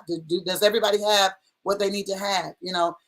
Bring the belongings and lay them at the apostles' feet for distribution. So the distribution of things is necessary so that there's equal footing there, so that there's nobody that is lording over anybody, because those things used for classism. Classism is a thing in the earth, and we see that everywhere. And so what the Father does with his children is he says, listen, it's no classism here. And that's the thing that a lot of people miss, because they're judging things by what they see. And so you're carrying something, but you didn't go the way that I went. You're carrying something, but you don't have what I have right now. Not understanding I'm processing through a wilderness space for a purpose. I'm not here because I don't have. No, people are not in that space just because they don't have all the time. It's because they're being processed for something greater, for something bigger. I want to go back to what is money to Abraham. He's got everything that he needs. What does it mean to him to have to pay for the field versus just taking it or just accepting it? He's like, no, you're not going to give me anything. I'm going to pay for it. According to the merchant's measure, I'm going to pay for it. And that's the space that the Father's taking us into. And we're going in the name, in the authority, in the same way that the Master went when we stand before the Father. That's the same posture that the Son should have. Same posture. Okay? And just like the spiritual realm, from a divine perspective, acknowledges the name of things, the changing of the name, it acknowledges all that goes with the name. So does diabolic nature. They tap into, these adversaries tap into lineage, and they capitalize on this law of the lineage. Father began to talk to me about the law of the lineage because someone in the family has to reroute the course of the generations in one way or another. Okay, so this is also Abraham sending his servant to make sure that the lineage is not broken, to make sure that the lineage is still wholesome. That's why my son can't marry the Canaanites. That's not going to happen. He cannot connect with that. He cannot bear from that. Now he's already dealing with this Egyptian situation, and he knows that that's the counterfeit. So he knows Canaanites is a no-no. Okay, because this is not the promise. We got to keep this thing pure. It's got to be pure because a promise has been made, and we want to keep the promise as pure as possible. So the adversaries also tap into this lineage piece. It's the law of the lineage. I'm not going to get into the details of the law of the lineage today, but it's something we're going to talk about. So write it down. The law of the lineage. The adversaries of the souls of men also tap into that because they're trying to keep the people in a specific position or bring them into a specific position. With Abraham, wealth is already there. You know what I found is so amazing? When people don't have the right relationship with stuff, with their things. Remember this, we kind of going back to what we started out with, which is we started out with the position of the mourning, the unhealthy mourning, and then the unhealthy relationship with our stuff. So when we don't have a healthy relationship with things, we begin to idolize it and make it an idol. But here's the thing. When we don't have a healthy relationship with the things begin to have us. And then that way we're not in the right position to manage what's been given. Because see, even in the management of what's been given, distribution is a part of that management system. Okay? So the law of the lineage says that I'm going to bless one to perpetuate it throughout the generations. And what I found and what I find amazing is that when you give an economic transfer to somebody who doesn't have the right relationship with money, they lose it. So a lot of people that have won the lottery and became broke again in the next year, the next couple of years, they were worse off than what they started. You know why? Because their relationship with money was wrong. And they went out and they began to buy all of these things because they had an affection or an affinity for amassing things. They were consumers. They didn't understand how to become anything other than consumers. They didn't understand how to become a contractor of what was given to them, how to put the money in a position to grow. They didn't study anything. And this is why I'm saying to you guys, you got to learn how to read and learn how to study things. If you're saying you're going in a direction, start reading books about that direction. You say, oh, well, that ain't the Bible. Well, listen, these people are doing what you're saying you want to do. So you may not serve the God that they serve, and you may not do it or fashion yourself after the exact fashion of them, but you need to know how they acquisition what they acquisition and what they're doing in the process. Where do they put their money? What do they do with it? Blessings, Prophet Ivan. What do they do with it? How do they handle it? You understand what I'm saying? But we have such an affinity for stuff, right? That we don't have a healthy relationship with the things that we have. And so because we don't have a healthy relationship, then the things that we have moth and rust and corrupt. Why? Because it's not connected properly. The Bible talks about us establishing treasure in the heavenly space where moth and dust does not corrupt it. And I've said this to you guys before, and I'll say it again, that when we treasure the heavenly thing, then the earthly things that we possess are now supernaturally preserved. You know, the children of Israel are divine proof of that. They're living proof of it. Their clothes didn't wax old. Their shoes were not torn up, and they were walking and they were in the elements. But because they were under the authority of the Father, under the instruction of the Father, then everything that they possessed was preserved. Okay? It was preserved. And then when he wanted to call upon what they possessed, some of their possessions, they weren't stingy with it. They brought so much that Abraham had to say, okay, that's enough. We got what we need to build the thing that the Father is telling us to build. We got enough. Okay? So going back to this whole piece about diabolic nature, desiring to also tap into all the lineage, because that demonic force wants to change the course of what is prospering. Okay, he wants you to change sides so he can change the course of your prosperity, or he wants you to stay in poverty. So he doesn't, but somebody in the family lineage has to reroute the course of the generations. And this is, what the Father desires. He said, listen, I got to find somebody. So he found Abraham. Terah wouldn't do it. Terah was given the instruction, but Terah refused to do it. So he died in Haran. And Abraham had to become the one that would carry out the legacy, carry out the instruction, to go to a place that was promised to a people. It wasn't just for him, but it was for a people. And he became mighty and he became strong in that land. He didn't take it over yet, but Stepping foot into the space was the prophetic sign mark, or the prophetic marker that this was the territory. Let's see. Let's look at some of the comments over here. And for the name change, absolutely. Yeah. You have to be in position to receive the mantle. That's absolutely correct. David completed the mantle and then passed it on to Solomon. Absolutely. He wore it. He wore the mantle of wealth. Now, wealth is also a mantle. When we talk about mantles, people often just think about, things as in spiritual things, right? But there are different kinds of mantles, and they're all necessary. We talk about often the poor wise man that saved the city. And the Father said to me, this is a beautiful thing, because we understand, and Solomon understood it, that wisdom is greater than the strength of riches. It really is. But the Father desires for us to have them both. And we see that in Solomon, that he had both the wisdom, economic wisdom, and he had spiritual wisdom. Of course, we know that he squandered his spiritual wisdom until he got older, and then he realized I'd have messed up, and he had to come back full circle, back to his, divine place of divine wisdom, because he was messing up some stuff. But it didn't diminish his physical wealth.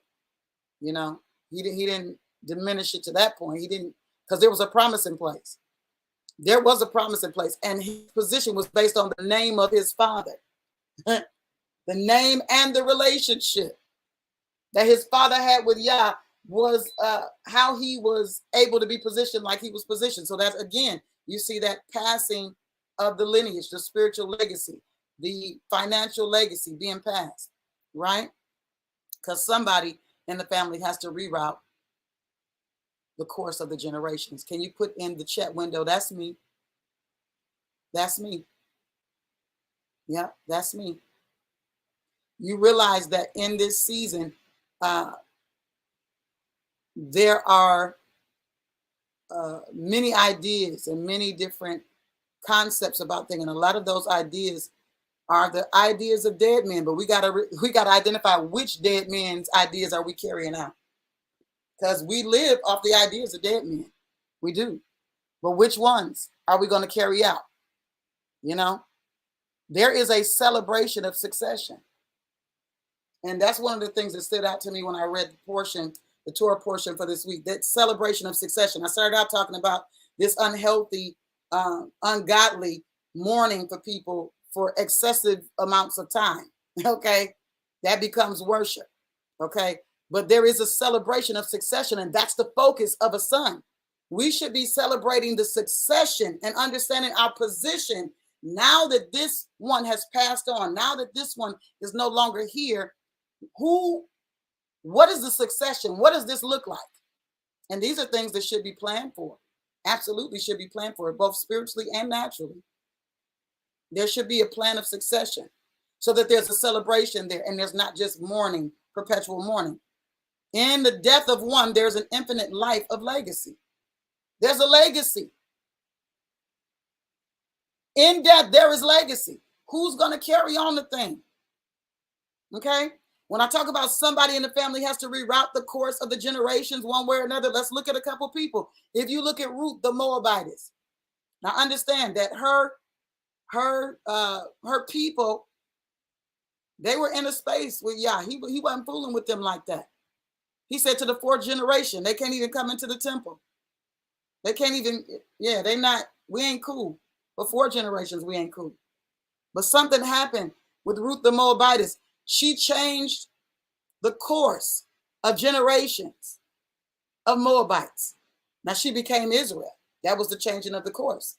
She followed her mother-in-law, Naomi, back into the promised place. She said, your God is going to be my God.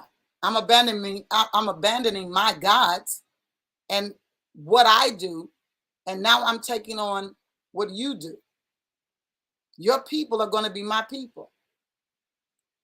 Where you lodge is where I'm going to lodge. Where you lay is where I'm going to listen. Everything about what you do is what I'm going to do.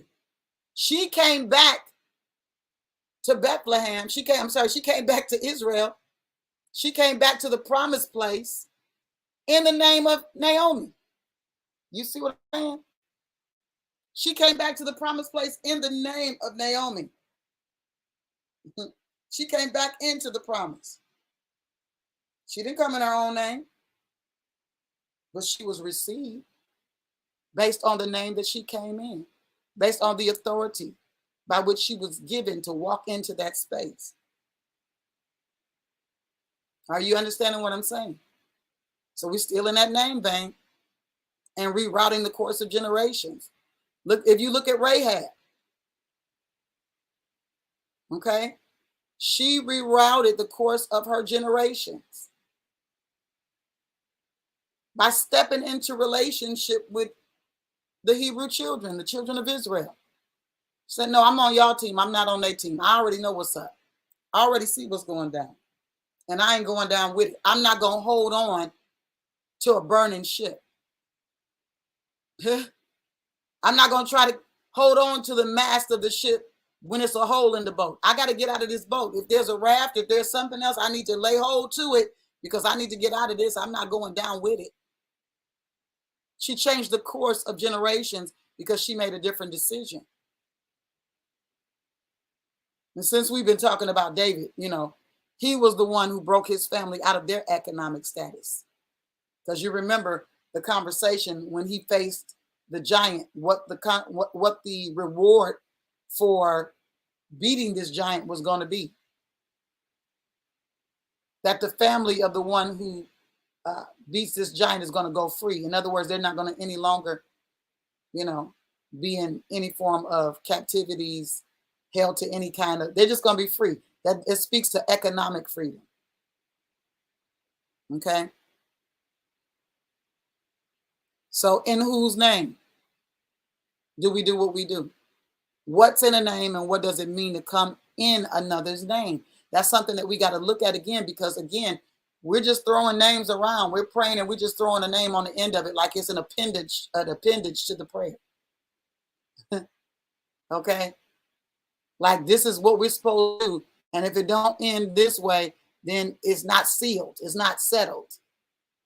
Okay? Yeah. When Abraham sent Eliezer out on that mission to find that bride for his son, he assured him that the mission would be successful. Why? Based on his name, based on his relationship. I love how he put it out there. He wasn't arrogant about it. He said, well, if it don't work out like that, just come on back. You're free of the oath. He said, but I'm telling you right now. Okay. He told me, the Father told me, I swear to you and to your seed, I'm going to give you this land. He said, and because of that promise that the Father made to me, I know he's going to send his angel before you, and you will take a wife for my son from there. That's in verse 7 of 24.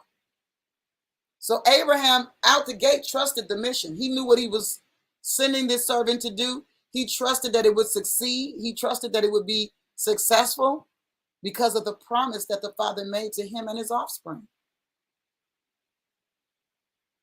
Now, what I think is fascinating as well about this prayer and about going in the authorization of and in the place of and in the position of his master is that when Eliezer arrived at the well, he didn't pray out loud. And we see the fullness of that when we see him having a conversation with Rebecca's people. He said, I said it in my heart. He didn't speak out loud. He spoke it in his heart. You understand what I'm saying? He asked the Father to show favor concerning his master so that he could bring a bride back.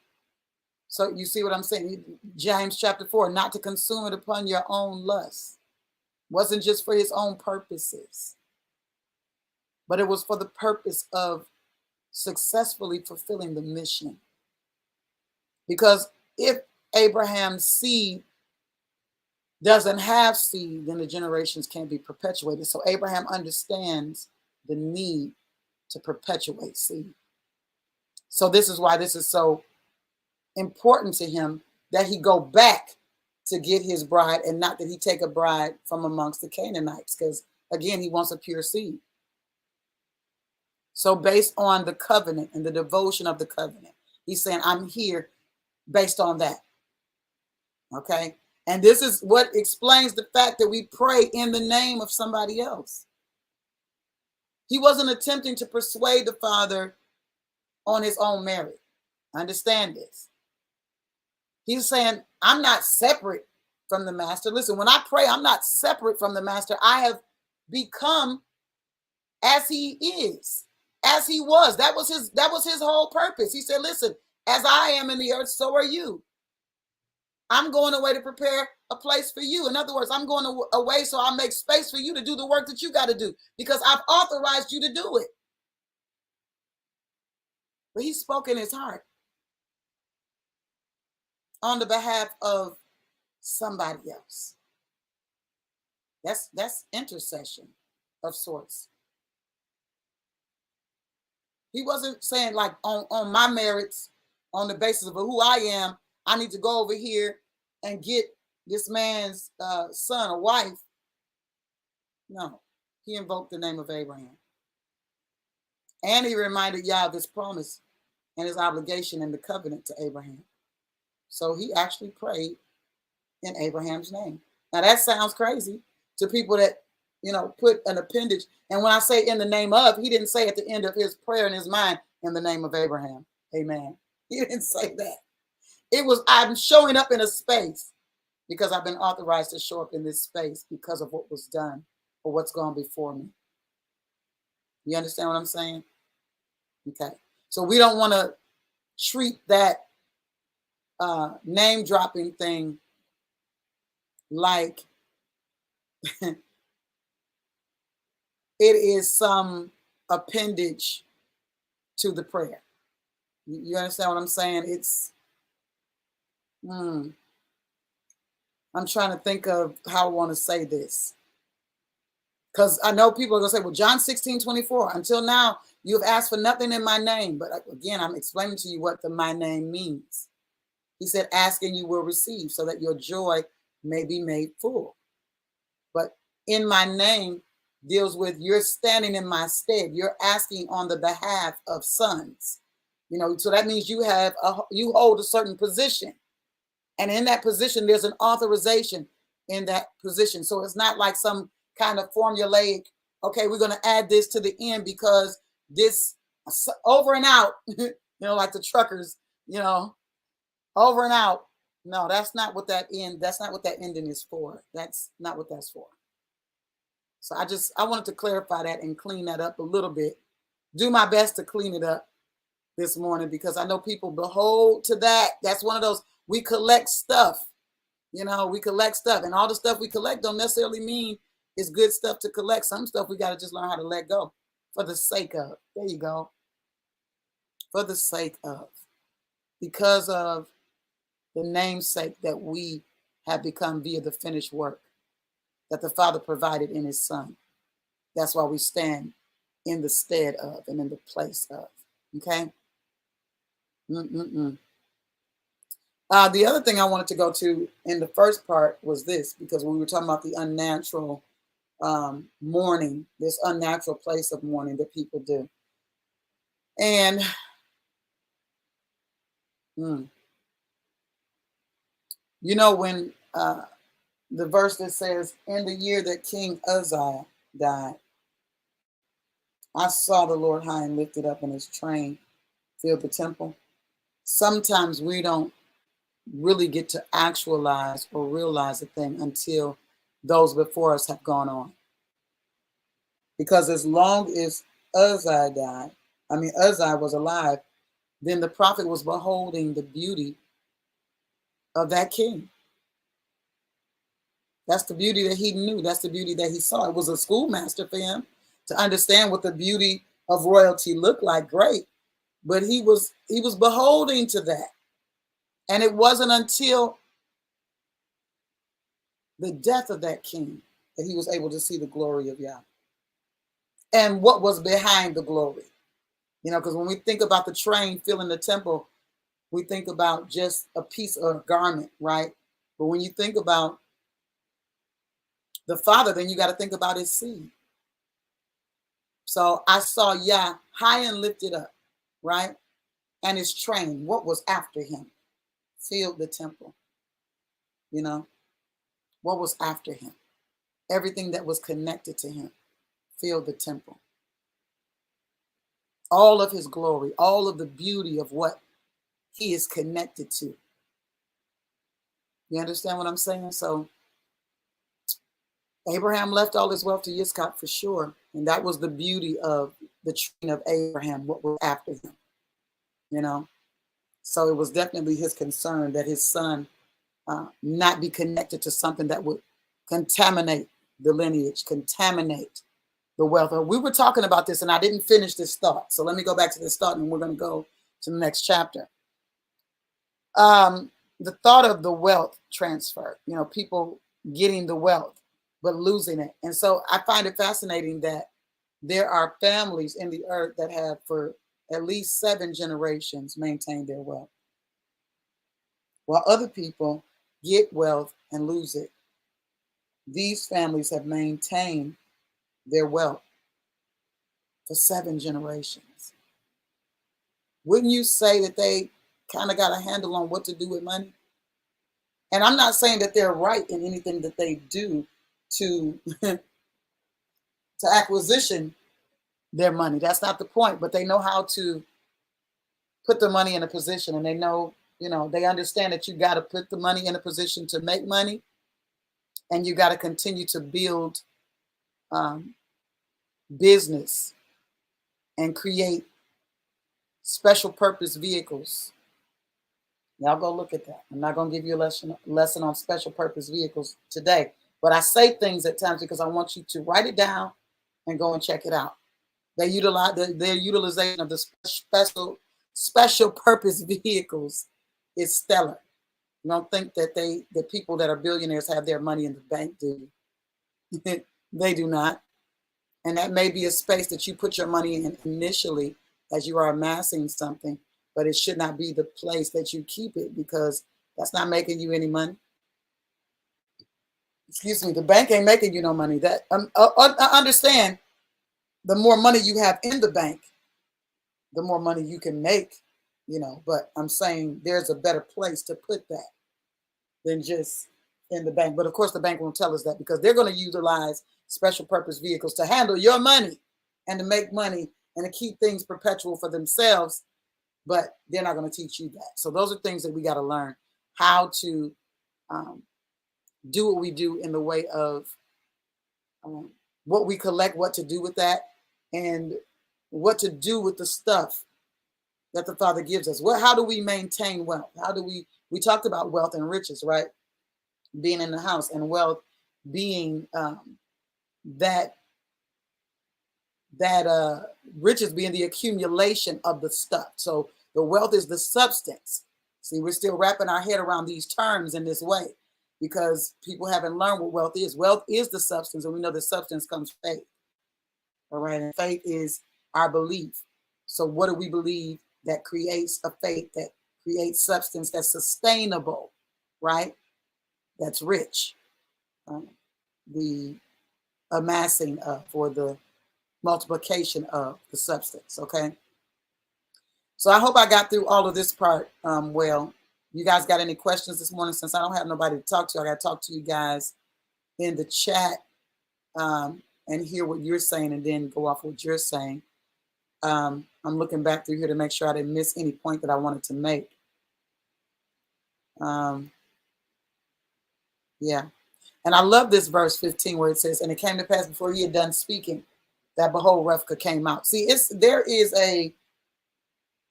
I'm telling you, in this season, there is, based on the acceptance of what the Father has been speaking to us about, and gaining that understanding, just stepping into it to gain the understanding and to dig it out. There's been an immediate response on some things that we've been waiting for a long time. Immediate response and perpetual response. Like every day I'm getting a phone call about something. And you guys remember I told you, I said this on the live. I said, well, I'm waiting on this other situation to happen. But when it's not happening because I'm not connected to it yet. There's been conversation about my connection to it. But until I am connected to it, it's not going to move forward. And lo and behold, yesterday I got that text message. Hey, I need your info because I got to put you in this thing. I got to put you on this thing. So now I'm expecting the phone call any day now. I'm not expecting it to wait or tarry, because when the vision speaks, it doesn't lie and it doesn't tarry anymore. It doesn't delay and it doesn't deny. So I'm expecting the response.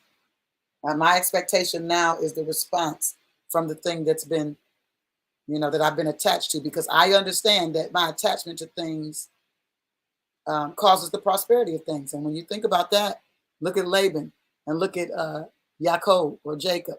When Jacob got there and started doing all that he was doing, that was a benefit to Laban. Laban was growing. Laban was flourishing. I'm going to tell you, it's a day when the Father desires his sons to flourish for themselves, for their name's sake. For the sake of what's coming out of them, they have to begin to flourish. Laban wanted him to just stick around. He said, I've learned by divination that you're the reason why I'm so blessed. And by divination, you're also going to learn that you have cursed yourself because you're trying to hold on to something that needs to be released, and you're trying to keep profiting from something without, passing the profit, without sharing the wealth. He thought he was just going to keep Yitzchak or Jacob in the space with him and just keep amassing wealth and not give Jacob or Yitzchak anything. How crazy is this? I'm sorry, I'm calling Yitzchak. Yaakov is who I'm talking about. Yitzchak is Isaac. Forgive me. He thought he wasn't going to give Yaakov nothing. You're just going to stay here with me and make me rich. That's not the right attitude. But that's an attitude of a lot of people. When I talk about amassing stuff, it goes also to that industrial complex of religion and church, where we just want to fill seats because we want to keep collecting tithes. But the real profit is in the people. The real profit is in what's inside of the people. The treasure is in the earthen vessel. And if people ever get the identity of that, then they'll understand the necessity to tap into what's in the people. So the Father positions us to be able to tap into the treasure that's in the people, but we take it and we use it for something else. We use it for something else. We're trying to look a certain way or be a certain thing. And the Father's saying, no, there is a season where you don't look like who you are. Oh my God. There's a season you don't look like who you are. Abraham was Abram. Yeah. But he hadn't had no children. But it was declared that he was a father already. Mighty father. Strong father. Okay? But he hadn't had any children. So there's a season that you don't look like what you are. And if you get stuck in that season where you don't look like what you are, trying to make yourself look like what you are not, then you'll miss the opportunity and the chance that comes for you to step into the thing that he's actually calling you into. What happens when time and chance shows up if you're not at the space to be able to take advantage of time and chance? You miss it. They know how to obtain, grow, and maintain the perpetual reaping for generation and lineages to come. That's it, Prophet Marlise. That's Prophet Marlise talking in the chat. They know how to obtain, grow, and maintain the perpetual reaping for generation and lineages, for their lineage for generations to come. That's a fact. But you know what else? That matters to them. What matters to them is that they're not the only one that is respected, that has honor. They want their name to be honored and respected. So when they send a child, even with the name, then people respond to that name because of what the child is connected to. You could send the child into a space and say, hey, I'm so-and-so. My dad is so-and-so, and I came in here to just grab a couple things real quick, put it on the tab. You can do that when you're a feller, of rocks, okay? Or rocks of childs, okay? You can do that kind of stuff when your name means something. And so when we see the word that says, the Father said, I'll make your name great. This is why he's making the name great. Not just so you can walk around with your chest poked out. Hello? Just for yourself. Okay? They understand that there's something in the name. There was another verse that was in my mind when I was thinking about that. Oh, a good name is rather to be chosen than great riches. Okay, so people think, oh, well, great riches, it don't matter. but the good name. So I want people to remember me because I was a good person, or I was this, or I was nice, or I was, no, that ain't what the word is even talking about. He's saying, listen, in order for there to be a balance with great riches, your name should be good. And he's talking about sons now. We understand that there are people in the earth that don't have a good name.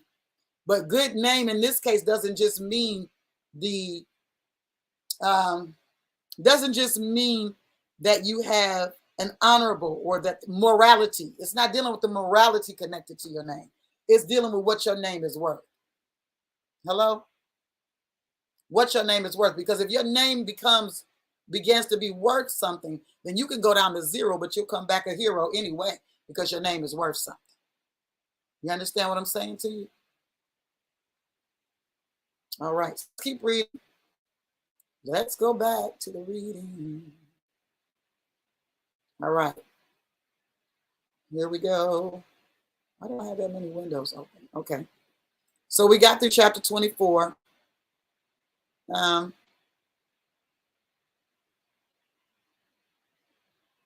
Yeah, we talked briefly about the possession of things and having something in possession. Okay, so I'll say this. As it pertains to relationships, you know, people got to come with something in their hand. They just can't come empty. When I'm talking about empty-handed, I'm talking about empty, period. Like you just empty, period. You don't have a plan, you don't have a vision, and you don't have no substance. That's a scary place. Okay? For any woman, that's a scary place. And so we gotta, as women, I see women on the line right now. I know men are gonna watch this later, that are not on anymore or that will be on. Our desire is to find the substance in the situation, not the what's the word I want to use here? Not the potential of substance, but the actual spiritual substance, or the vision. Something's got to be there. Something's got to be there, because it's going to be a scary place for you to submit to something that has no vision and no substance and no spiritual foundation. That's a no for the woman of God. Okay. All right. So let's go on to the next chapter. We'll go on. I'll let it go. It's opening up. Give me a second, guys. All right. So chapter 25 opens up with, then again, Abraham took a wife, and her name was Keturah. So now here we have Abraham. Let me see if I can keep this up so I can look at your comments. I'm going to do that all morning, I guess. I'm just having technical situations all morning. Okay. Let's look at this. All right. I want to be able to see what's going on in the chat instead of having to go back to that. Then again, Abraham took a wife, and her name was Keturah, and she bare him Zimran and Jokshan and Medan and Median and Ishbak and Shua. And Jokshan begat Sheba and Dedan, and the sons of Dedan were Asherim and Letushuim, or Letushim, and Leumim. Okay, and the sons of Median, Ephah and Epher and Hanak and Abida and Eldaah. All these were the children of Keturah. So we see Abraham has more children. Okay, and Abraham gave all that he had unto Isaac. Look at this. He's already passed the inheritance. He's alive. He's past the inheritance, and he's all but starting over, but his name is worth something. Okay? But unto the sons of the concubines which Abraham had, Abraham gave gifts and sent them away from Isaac his son while he yet lived, eastward unto the east country. Here is the proof, Prophet Marlise, of what I've been saying over and over again. But I want you to understand, because I've read this, that's why that thing was in me that way. That's why it was coming up in me that way. I was like, this doesn't make sense. Why are we passing inheritance at death? That doesn't make sense. And here it is. It says that Abraham gave all that he had unto Isaac, or Yitzchak. But unto the sons of the concubines which Abraham Abraham gave gifts and sent them away from Yitzchak his son while he yet lived eastward unto the east country. And these are the days of the years of Abraham's life which he lived, 103 score and 15 years. 3 score, 20, 40, 60, plus 10, 70, plus 5, 75, 175 years.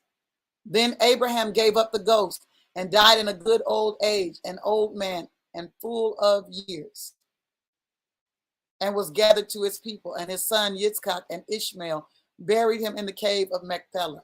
And you do see that they are there together handling their father's affairs. Okay. And because he purchased something in his life, he was able to be buried in it in his death. In the field of Ephron, the son of Zoar the Hittite, which is before Mamre. He bought it, he purchased it. It wasn't given to him. So, nobody was in the mindset of, oh, I wasn't aware of that conversation. No, there was a covenant made, and the covenant made is a covenant that the people were keeping. The field which Abraham purchased of the sons of Heth, there was Abraham buried, and Sarah his wife. And it came to pass after the death of Abraham that Yah blessed his son Isaac, and Isaac dwelt by the well Lahairoi. I love that. He dwelt by the well. I'm going to open this up because I want you guys to see what this well's name means. We saw Lahairoi, right? And that was the well actually where, wasn't that the well where Hagar was directed to? Wasn't that the well? Baer Lahairoi, Lahairoi. Well of the living one seeing me. That's what the Beer Lahairoi means. Well of the living one seeing me. So yeah, that had to have been the well that I'm trying to remember if that's what took place there. Yeah. Well of the life of vision, the life of seeing. So the Father sees me and I'm preserved at this well. And this is that same well.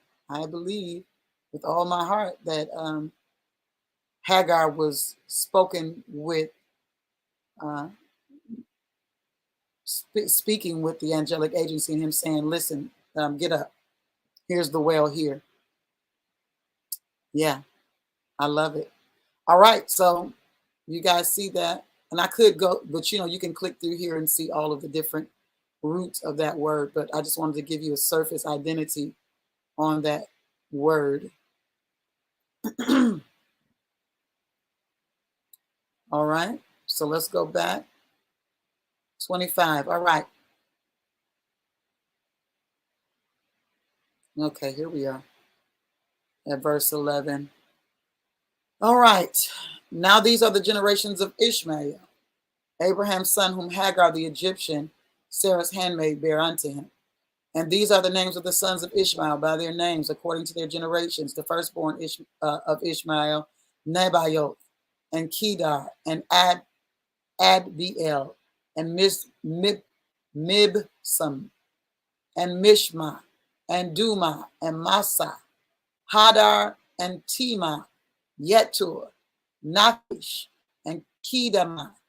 These are the sons of Ishmael, and these are their names by their towns and by their castles, 12 princes according to their nations.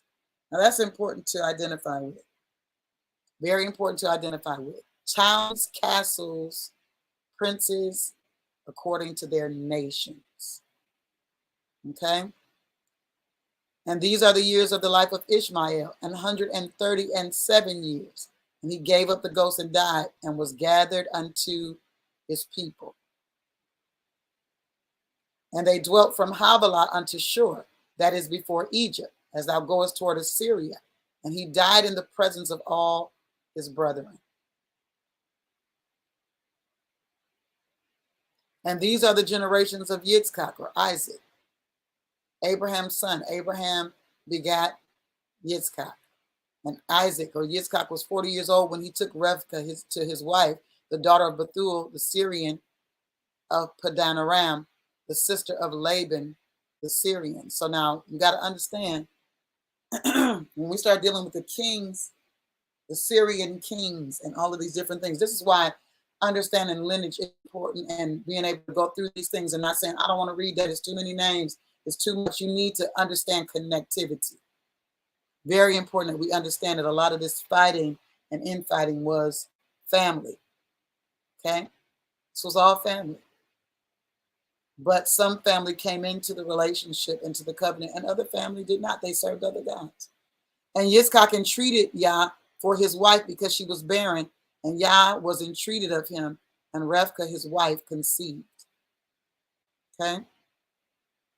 So divorcing people because they're barren could be a sticky situation. You understand what I'm saying? Because at the end of the day, the question is not, are they barren? The question is the father authorizing the relationship? Is it an authorized relationship? If it's an authorized relationship, then barrenness should not be a barrier. Because a son of Yah, or a husband of a wife that is a child of Yah, can open up a womb through prayer. Why? Because you don't want your lineage to stop. You want it to continue. And so that's the premise upon which you approach the situation. You know, you approach it that way, and you'll see that you'll get a response. Some people have abandoned ship because of, they don't see. Okay, Elder Vicky is texting me. Amen. Thank you, Elder. I got it. Yeah. Thank you so much. She was confirming what I was saying. Mm-hmm. Yeah. Confirming what I said about the well, the barrel of high road. So yes, let's look at this. I don't know what I was saying. Oh, the barrenness. Yeah, a lot of people may be in some contempt of some things because you're thinking that, I need to divorce this person because they're barren. But the question is, who are you? You know what I'm saying? And why did you take them to wife in the first place? If you remember why you took them to wife, and if it was an authorized taking and there was purpose in the taking, then divorcing them because they're barren is not an option. Because the Father who sees knows how to cause the well to be seen. Okay? He knows how to do that. He knows how to give you what you need to continue the lineage. All right? As it says here, and Isaac entreated Yah for his wife because she was barren. And Yah was entreated of him, and Rebekah, his wife, conceived. And the children struggled together within her. And she said, if it be so, why am I thus? And she went to inquire of Yah. I love this inquiry. I told y'all that's one of those spaces that prayer is. It's the inquisition. It's the inquiry space. That place where I'm certain that I don't know something. So I need to inquire in order to know something, And when her days to be delivered were fulfilled, behold, there were twins in her womb. The first came out red all over like a hairy garment, and they called his name Esau. Wait, I skipped something. No, I didn't. Yeah, I did skip something. Here we go. Verse 23. I'm like, that ain't right. And Yah said unto her, 2 nations are in thy womb, and 2 manner of people shall be separated from thy bowels. And the one people shall be stronger than the other people, and the elders shall serve the younger. I think that it's fascinating that we see another duplication of the same situation that we saw in Abraham and Yitzchak. There is an enforcing of a conversation here that the Father's trying to make. He's saying, yeah, there may be 2 separate nations. There may be 2 different things going on here, but the elder is going to serve the younger. So when we look at that from a spiritual perspective, I'm looking at it from the perspective that the Father's given me with this, the last shall be first and the first shall be last conversation that my grandmother had with me, and that I'm seeing is a thing across the board with me in this season. I'm looking at this from a spiritual perspective. There are people that are currently in the earth, and they're doing a thing. They're amassing great wealth, and they're moving in their agenda, right? But that agenda is going to serve us in this season. The sons that understand that something is shifting, that the change is being made, that the table is being set, that means that they're going to become servants. And I know that sounds far-fetched to a lot of people. Like, these generations have been doing what they've been doing all these years, and we're the generation that stops at. We are the generation that the table is realized. We are the generation that is not just about the conversation, it's about manifestation. We are that generation that they will bring tribute to. Yeah. And that's why the wealth of the wicked is laid up for the just, because when we identify what wealth is and how to create the substance of it, and that people are amassing the riches, they're pulling the riches together for us, then we'll understand how to step into that. Because it means we got to be in spaces and be in rooms, and, you know, we got to be connected to people, and, you know, all of this isolation perpetually. I'm not understanding it. I know prophets now in this day and age that think, you know, the only way for them to be a prophet is for them to be isolated. It's fascinating to me that people really do not know how to have relationship with people. And it could be a great relationship. It could be nothing wrong. Nothing is, no harm, no foul. You know, we're growing together. We're learning together. We're, you know, and people will still abandon ship. They will still disappear. Why? Because something in them, from whatever trauma has been perpetuated on them, a lot of times from their own decisions. Okay.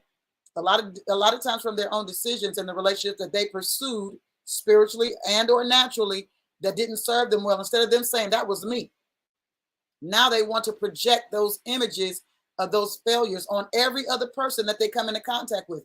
People by majority do not know how to have healthy relationships. I'm finding it extra fascinating this season, and it's like we need to have some conversations about this stuff, because people are not relating well. They are not. Unless they can get something from you, they don't relate well. You know what I'm saying? And it's a very scary place. It's a scary place. I'm amazed by it. It's a scary place to know that, you know, you can genuinely love someone or say I love you to someone. They've been missing.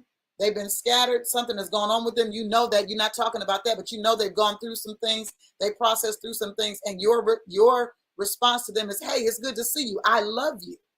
I'm glad to see that you're well. Do you know that people don't know what to do with that? It's an imbalance in their fight or flight mode. Absolutely. It's an imbalance. They don't know how to respond to that. People know how to respond to people that are not Saul. You need Saul in your life so bad. You need that. You need Saul. Without Saul, you can't survive. You know what I'm saying? I don't get it. I don't get it. It is just baffling to me that people do not know how to relate properly. I'll put you guys' comments up here. They don't trust that he controls, right, that he controls biology. Yeah, they don't trust that. So they don't believe that he is, and that he is a rewarder of them that diligently seek him. If you are diligent in your seek, then he's diligent to respond. We are that generation, Prophet Marlise. We're where the buck stops, okay? Yeah, I love you shrinks people instead of growing them. You know, it's like people don't understand the necessity to be touched in a way that causes growth. That healthy connectivity causes growth in you. Instead, at the sound of I love you, you shrink. You know why? Because you wanted somebody else to love you that refused to love you properly. And so now when people authentically love you, you deny them the right to do so. Or I should say, you deny yourself the right to grow from that love. It's so demonic, Prophet. And this is why I can't stand. I love you with the love of the Lord. Miss me with it, please. Do you love people? Can you love somebody? Do you know what that looks like? Because you're supposed to be carrying the love that comes from him. So can you just love people? You know? These are the sons of Ishmael. And these are their names by their towns and by their castles, 12 princes according to their nations. And these are the years of the life of Ishmael. We read this all 137 years. He gave up the ghost. Okay, we read that already. So we're down here. All right. We're done with that, with Yitzchak's folks. Okay, there we go. All right, so this is where we were. So she inquired of Yah because of the battle that was in her womb. Yep, good is bad and bad is good. That's how it works in the earth. It's exactly how it works. That's what it is. That's where we live. That's the time that we're living in. And there is a woe to that concerning the sons. How dare you call good evil and evil good? You're supposed to know better than that. It says, and Yah said unto her, 2 nations are in thy womb, and 2 manner of people shall be separated from thy bowels, and the one people shall be stronger than the other people, and the elders shall serve the younger. And I was saying originally that I find it fascinating that this happens twice back to back, because it sounds to me like when the Father begins to repeat himself that there's a reinforcement in an area. And when her days to be delivered were fulfilled, behold, there were twins in her womb. And the first came out red all over like an hairy garment, and they called his name Esau. And after that came his brother out, and his hand took a hold on Esau's heel, and his name was Jacob. And Isaac, or Yitzchak, was 80 years old when she bare them. So we know that score is 20, 40, 60. That's 80. He was 60 in age when she bare the children. That means they lived married together for a while before she even had the first child. You get that? Yitzchak had a conversation with the Father, and he was entreated of him. It didn't happen at the beginning of their relationship, and he didn't leave her because she couldn't bear. And the boys grew, and Esau was a cunning hunter, a man of the field, and Jacob was a plain man, dwelling in tents. And Isaac loved Esau because he did eat of his venison, but Rivkah loved Jacob.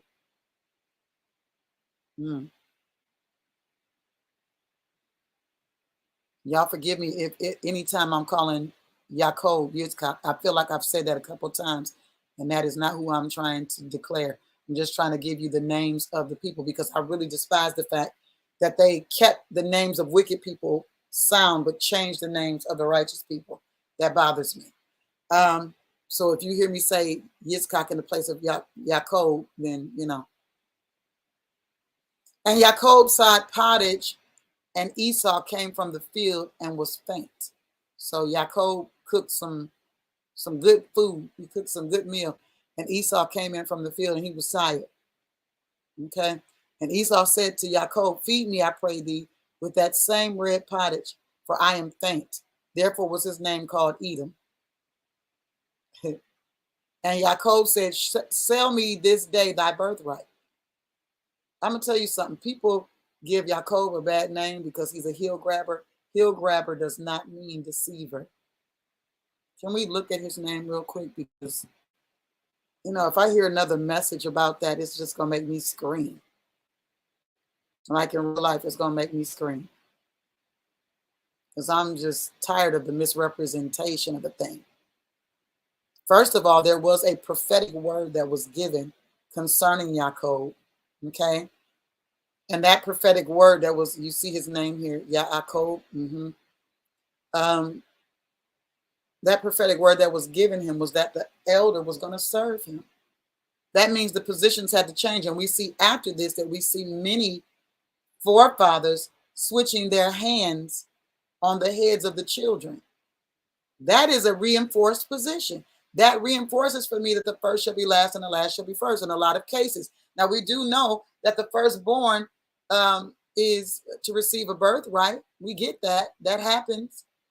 Come on, his labor brought his reward, a promise. It did. So look at this. Yaakov, and look at the first of his name, Yah. I love that.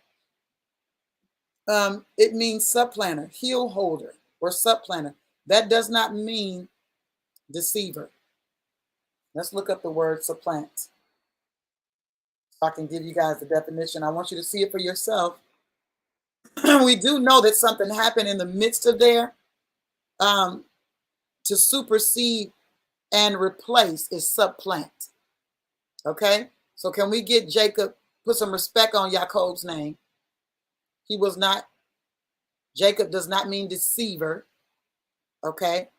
It means heel holder, one who holds on to the heel of something, because the purpose of holding on to the heel is that I got to get a footing so I can supersede you, I can replace you. And this was prophetically declared to his mother and father, that the younger would be the one that was the ruling factor here, that the older would serve the younger. I'll show you the definition here, so you see it with your own eyes, because I don't want nobody to say I didn't share it. There we go. To replace, to supersede, to take the place of. These are all synonyms for, okay? To dethrone, to depose, to remove, to undermine, to overthrow, to usurp, okay? He was not a deceiver. We understand that something happened in the situation, okay? Something happened in the situation, but that wasn't something that he came up with even. And his mother was simply positioning things to fulfill the word that was given. Somebody would say, well, the father don't need help. He needs help in the earth. He needs feet, he needs arms, he needs hands, he needs voices. Those things sound good till they ain't good. Okay? All right, so we see this, that he was the son of Yitzchak, grandson of Abraham, and the father of 12 patriarchs of the tribes of Israel. So now why is that important? Because the 12 tribes could not have come out of Esau, because Esau did not have any respect for his birthright. He didn't have any respect for the things of Yah. None. So why would the father want the rest of his lineage to come out of Esau instead of Yitzchak? I'm sorry, instead of Yaakov. Here I go. I'm looking at Isaac's name and I'm saying Yitzchak instead of Yaakov. He would not want that. So he specifically said, 2 nations are of you, in you, and this is how this is going to look. So he came in and he said, I'm hungry. And he bowled it up, played it up, bro, because I'm hungry. Feed me.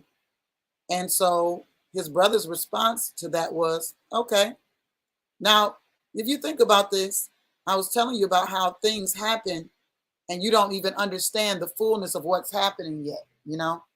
When I was thinking about how the Father brought me into how he's chosen me as a leader and what he's called me to do throughout the time of my leadership, and how now he's saying, now you can begin to personally affirm and personally graduate people. Because now, as a father of sorts, you have the inheritance to pass to them. It's not just a spiritual inheritance, but it's actually, you know, a financial inheritance, so that they can begin to be established. Because understand, when Elijah allowed his mantle to be passed to Elisha, Elisha was in a family business that had him following behind the dumb animals. Okay. Didn't state that they were wealthy in any way or anything like that. It didn't give his social status. Simply said that they were in the family business, but it didn't say the status of their business, right? But he was another one was given to change the family lineage, and they had to have had a little something. If they didn't have something, it was the fact that they were gonna have something, because things had shifted. Because he went back and burned the carts, burned and ate stuff. You know, they used some of the oxen to have a celebration of his succession, okay, from where he was to where he was going. That's something else.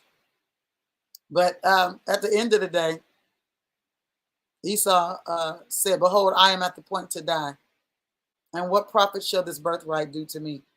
He was more interested in the tangible accumulation of things than the spiritual maintenance of things. He didn't see the value for the birthright. And we've been talking about that most of the day, this accumulating things. Where do we get this idea that we need to accumulate? Let me tell you what the Father said to me. I'm a giver anyway, but this is how I'm rolling in the season to come. I told you, he said I could go through some of the things that were in my storage unit because there were things that I bought. And specifically, I believe he kind of gave me the idea of purchasing. And I still haven't really worn them like that. Some stuff it still has tags on it. Some stuff I haven't worn at all. And some stuff I haven't worn yet. I mean, like it was a piece that he had me get to perpetuate something, to start something. So I'm going to keep those items. But he said, give the rest away. Because here was my thought. And I said it out loud, just like I said that day when I was coming out of that bathroom, one day I'm going to make soap. So I identify with the fact that when something comes out of me that I haven't planned for, then I identify the fact that this is him talking to me through me. I said this, I said, I'm going to be able to go on vacation, take the smallest luggage I can take, because I'm known for carrying a lot of things, right? When I go on vacation, I carry a lot of stuff, you know. But this is what the Father said to me, through me, to me. He said, I'm going to go to places. I'm going to carry some of the smallest stuff I can carry, maybe my personal carry-on and one of the smaller suitcases that I can, you know.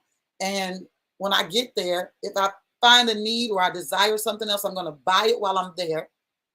And maybe either I'll give that away while I'm there or take out of my suitcase what I didn't wear and leave it there. Anyway, the point of it is I'm not going to be carrying a whole bunch of stuff.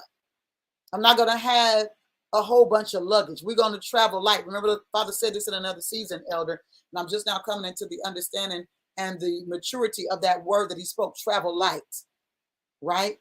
But we're getting positioned now where we'll be able to go to a place and just buy what we want to wear. I mean, let me just run over here to the store. We'll buy some things, buy that, wear that, and if I have to leave, I can leave it. Where's y'all closest? Let me find somebody on the street, because I did that the last time I went to Colorado.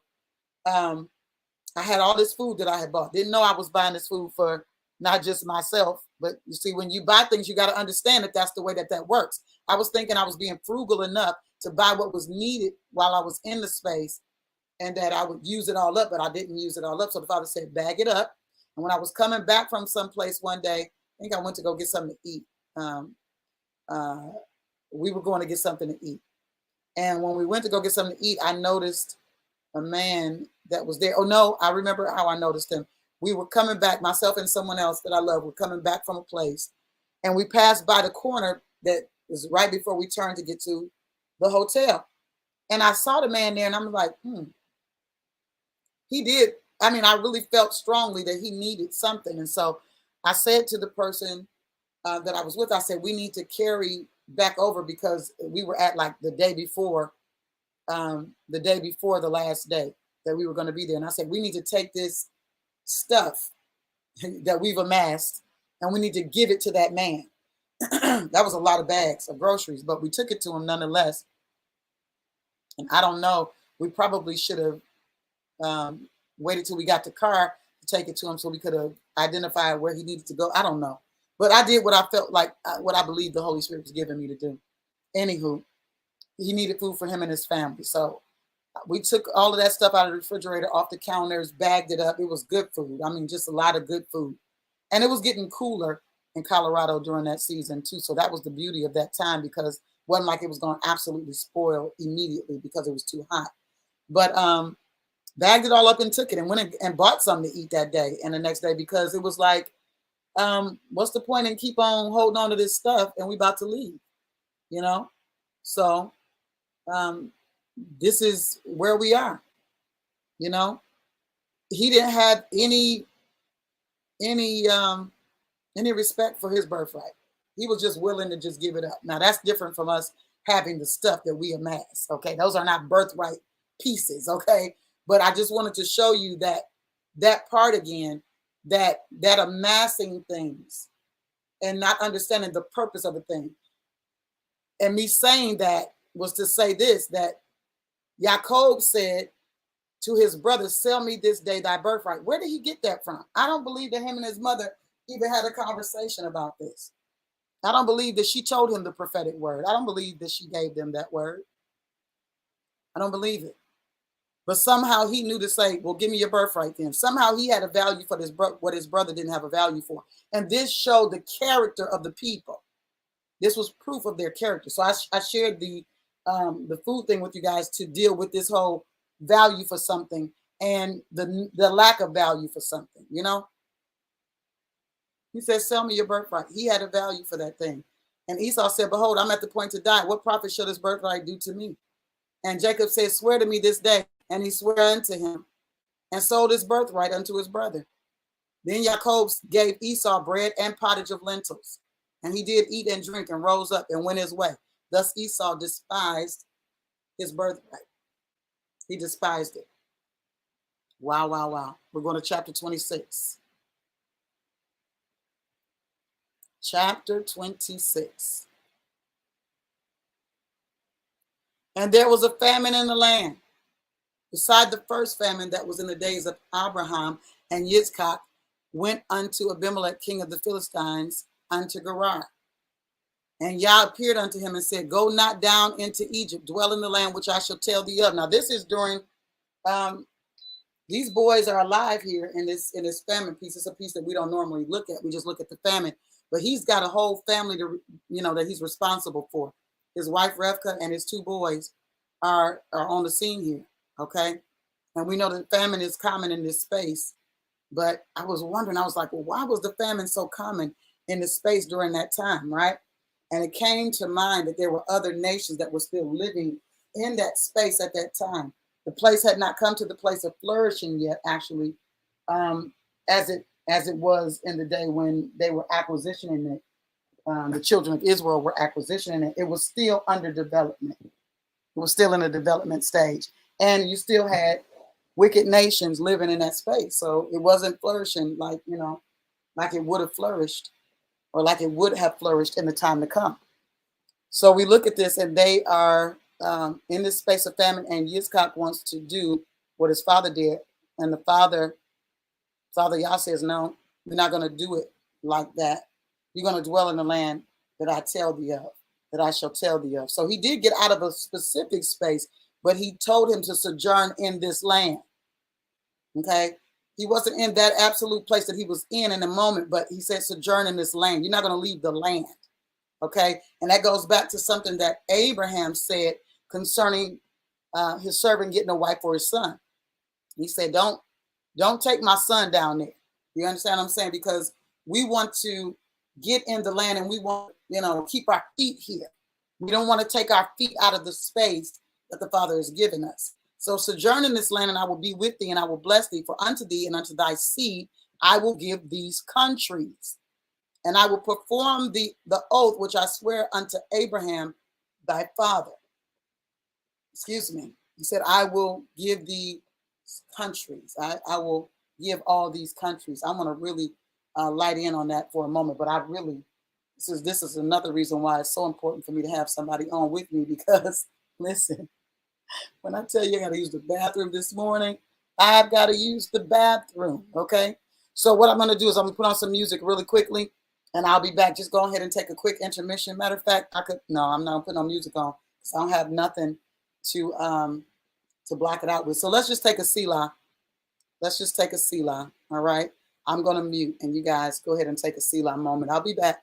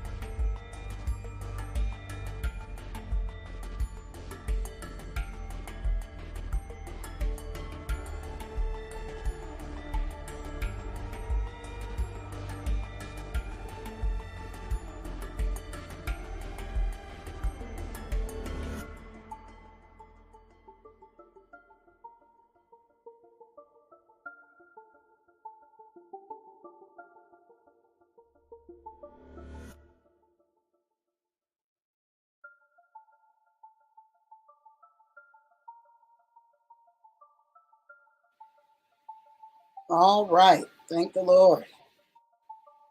Yeah, that's the beauty of having a co-host.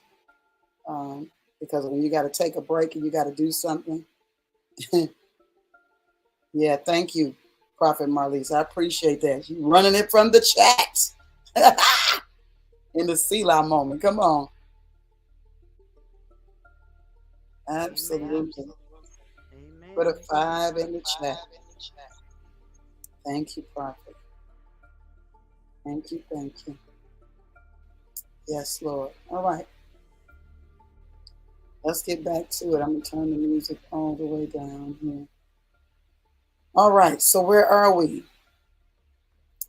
There was a famine in the land because of the first famine. So we see famine, and we're talking about why famine exists. We know for the Father why famine exists. He's always talked to his children about that because of disobedience, because of rebellion, that kind of thing. Things flourish when they're connected to him, and things don't flourish when they're not connected to him. You know, you might have spurts of something, spurts of some things, but you got to understand as well, the earth was under a specific curse at this time. I just thought about that. You got to think about the fact that the earth was under curse. So the only time a thing flourished was when a son was present. And this is why Laban was so overjoyed, because it was taking, when we talk about Laban, we're going to talk about him in a minute, because you got to think about the time that they're in. This is after the fall. This is so close to the fall. It ain't even funny. And now all of these things that were declared about the earth and about mankind and all these different things are in play now. And so toil is a part of the lifestyle of the unbeliever. Toil is a part of the life. And so it's funny to me that Laban, he can see this so clearly. He's like, I know why I'm being blessed. Because where the sons are, the blessing is. The sons are, the blessing resides where the sons are. Okay. And so this is why there's the land is famished like that. This is why. Because this is right on the other side of the cursed is the land and the sweat of your brow. But what we notice here is that the relationship relieves the sweat. Are you hearing what I'm saying? The relationship with the Father relieves the sweat. Abraham ain't sweating. Why is he not sweating? And there was a declaration made in the garden that by the sweat of the brow of man. You understand what I'm saying? Blessings, Apostle. I see my brother, Apostle Clarence. Why was there no sweat involved here? Because Abraham's in relationship. So when the Father began to declare the things he began to declare, it was related to the lack of relationship that people would begin to see that thing that the earth was going to now function in. This is a continual reminder of all of the things that the Father said. He said, listen, when the righteous are in authority, the people rejoice. Why are they rejoicing? Because they're flourishing, because they're prospering, because they're not under any captivities of any kind, right? So here we are looking at this thing with our own eyes from the beginning again, and we see that in the relationship, there is no sweat. Abraham is living his life sweatlessly. He's got the things that he has. He's walking out the life that he has because the earth is yielding because he's in relationship. Absolutely, Apostle Clarence. The earth is yielding because of the relationship. The cursed land doesn't apply to him. Because you remember what he said, and look at how he dealt with, even with Cain. He said, the ground is going to bear to you thorns and thistles because of how you've handled this thing. Because of your sin. And remember, we told you, evil has to do with labor. So when we're in that space of continual labor, that is the place of evil. And what is one of the things that the master declared to the sons, to his sons in that day, those that were under his tutelage? He said, one of the things you should pray when you pray is deliver us from evil. Well, if you don't understand what evil means, then you'll think it just, you have all kinds of thoughts about that. but goodness and mercy follow us. So we know that certain things that the Father keeps us from danger, seen and unseen, is a thing. Deliver us from evil deals with our deliverance from the toil. Deliver us from that labor, that place of labor, because we know that when we're in relationship with the Father, we are not in toil and we are not in labor because of the sonship dimension that we're living in. Then the Eden within creates the Eden without. That's why we've been talking about the Eden within. Are you back in the garden now? Have you arrived back there yet because of the finished work? Have you stepped into who you truly are? That's it. Let me put up some of these comments. Esau, absolutely, he did. He did. He separated himself, Prophet Marlise. He separated himself from Yah's promise by selling what was destined or designated for him as the firstborn. He didn't even have an inkling of care or value for that thing. Listen, have we arrived back? You got to check with yourself. This is why Paul says stuff like, examine yourself to see if you even be in the faith. You faking it till you make it, or are you in the faith for real? Because there should be some fruit of your faith. Because faith is not a denomination. It's a verb. It's an active thing. It's something that is an action word that brings forth fruit. It brings forth manifestation. This is exciting. There was a famine in the land beside the first famine that was in the days of Abraham. And Yitzchak went unto Abimelech, king of the Philistines, unto Gerar. So in Gerar is where he stayed. And Yah appeared unto him and said, go not down into Egypt. Don't go into Egypt. Dwell in the land which I shall tell thee of. Sojourn in this land, and I will be with thee. Okay, so let's talk about this for a minute, because this is important. Because a lot of times we're trying to sojourn where we want to sojourn. We're trying to be where we want to be. And sometimes the Father has given us a vision for a place that he's taken us to, but we haven't arrived there yet. So we're still trying to get to that space, but we're not going through the process and understanding what we're supposed to do in the seasons on our journey before we get to the sojourn. You understand what I'm saying? But he told him where to sojourn. He didn't just say, I'm going to make something of you in this space. Listen, I'm going to sustain you. He didn't just say that, but he gave him specifics of where to be to receive what he needed to receive. To receive the blessing, you got to be in the spot where the blessing resides. You understand what I'm saying? And a lot of times, as people that claim to be believers, people that claim to be sons of Yah, we want the Father to bless what we're doing, but we don't understand that the blessing resides where he is. We need to be in the space that is already blessed, and therefore we don't have to ask for blessing. Hello? You don't have to ask for a blessing when you're in the space of the blessing. When you're where he is, when you're abiding with him, when you are communing with him, when your habitat is with him, then you don't have to ask for the blessing. How are you going to marry somebody that you shouldn't be marrying and then ask him to bless that? No. Is it blessed already?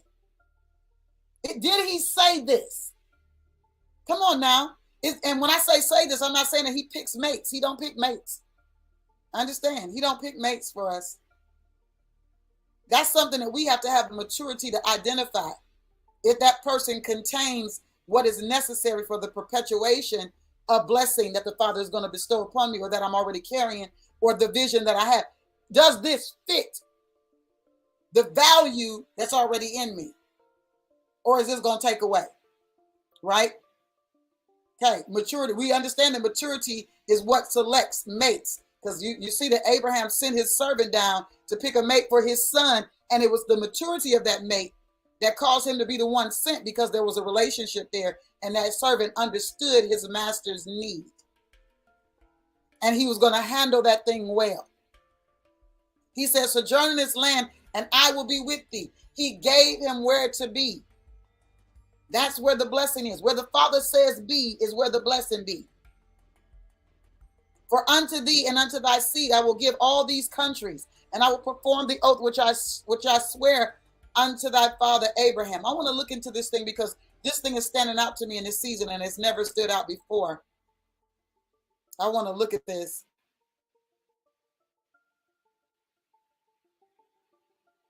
This word countries. Let's open that up a little bit. Eretz. Okay.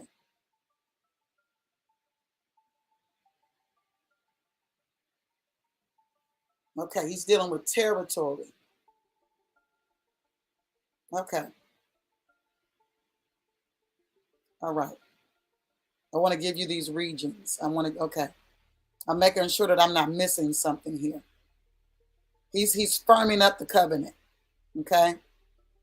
I want to give you all of these spaces that relate to this covenant that I'm releasing to you. Okay. All of the ground, all of the territory that I've spoken to your father, I want to give that to you. All right. I just wanted to make sure that it wasn't going in another direction. Because sometimes you got to take the time when something stands out to you, you got to take the time to go and look at that and dig that out, because you need to know what's being spoken. Okay? Let's keep going. All right, here we go. And I will make thy seed to multiply as the stars of heaven, and I will give unto thy seed all these countries, and in thy seed shall all the nations of the earth be blessed. Now we understand, and we've been talking about this, that the Father is not just about the addition, he's about the multiplication. We know multiplication is addition on steroids. Okay? But a lot of people are settling for addition and not the multiplication of things.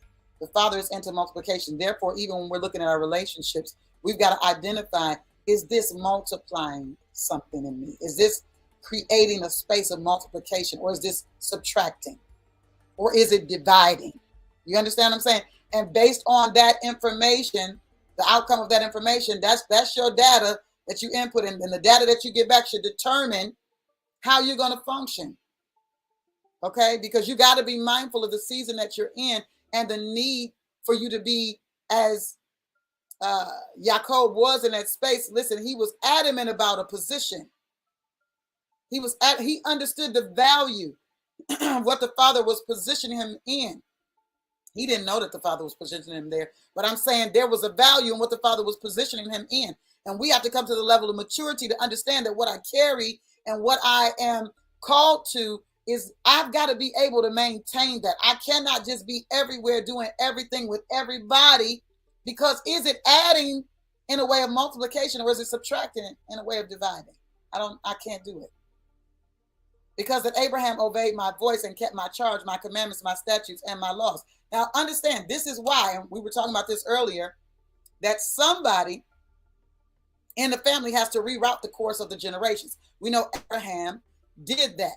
His father Terah died in Haran because he could not wrap his head around, he couldn't conceive, okay? He didn't have the ability to conceive what the Father was saying to him to leave where he was.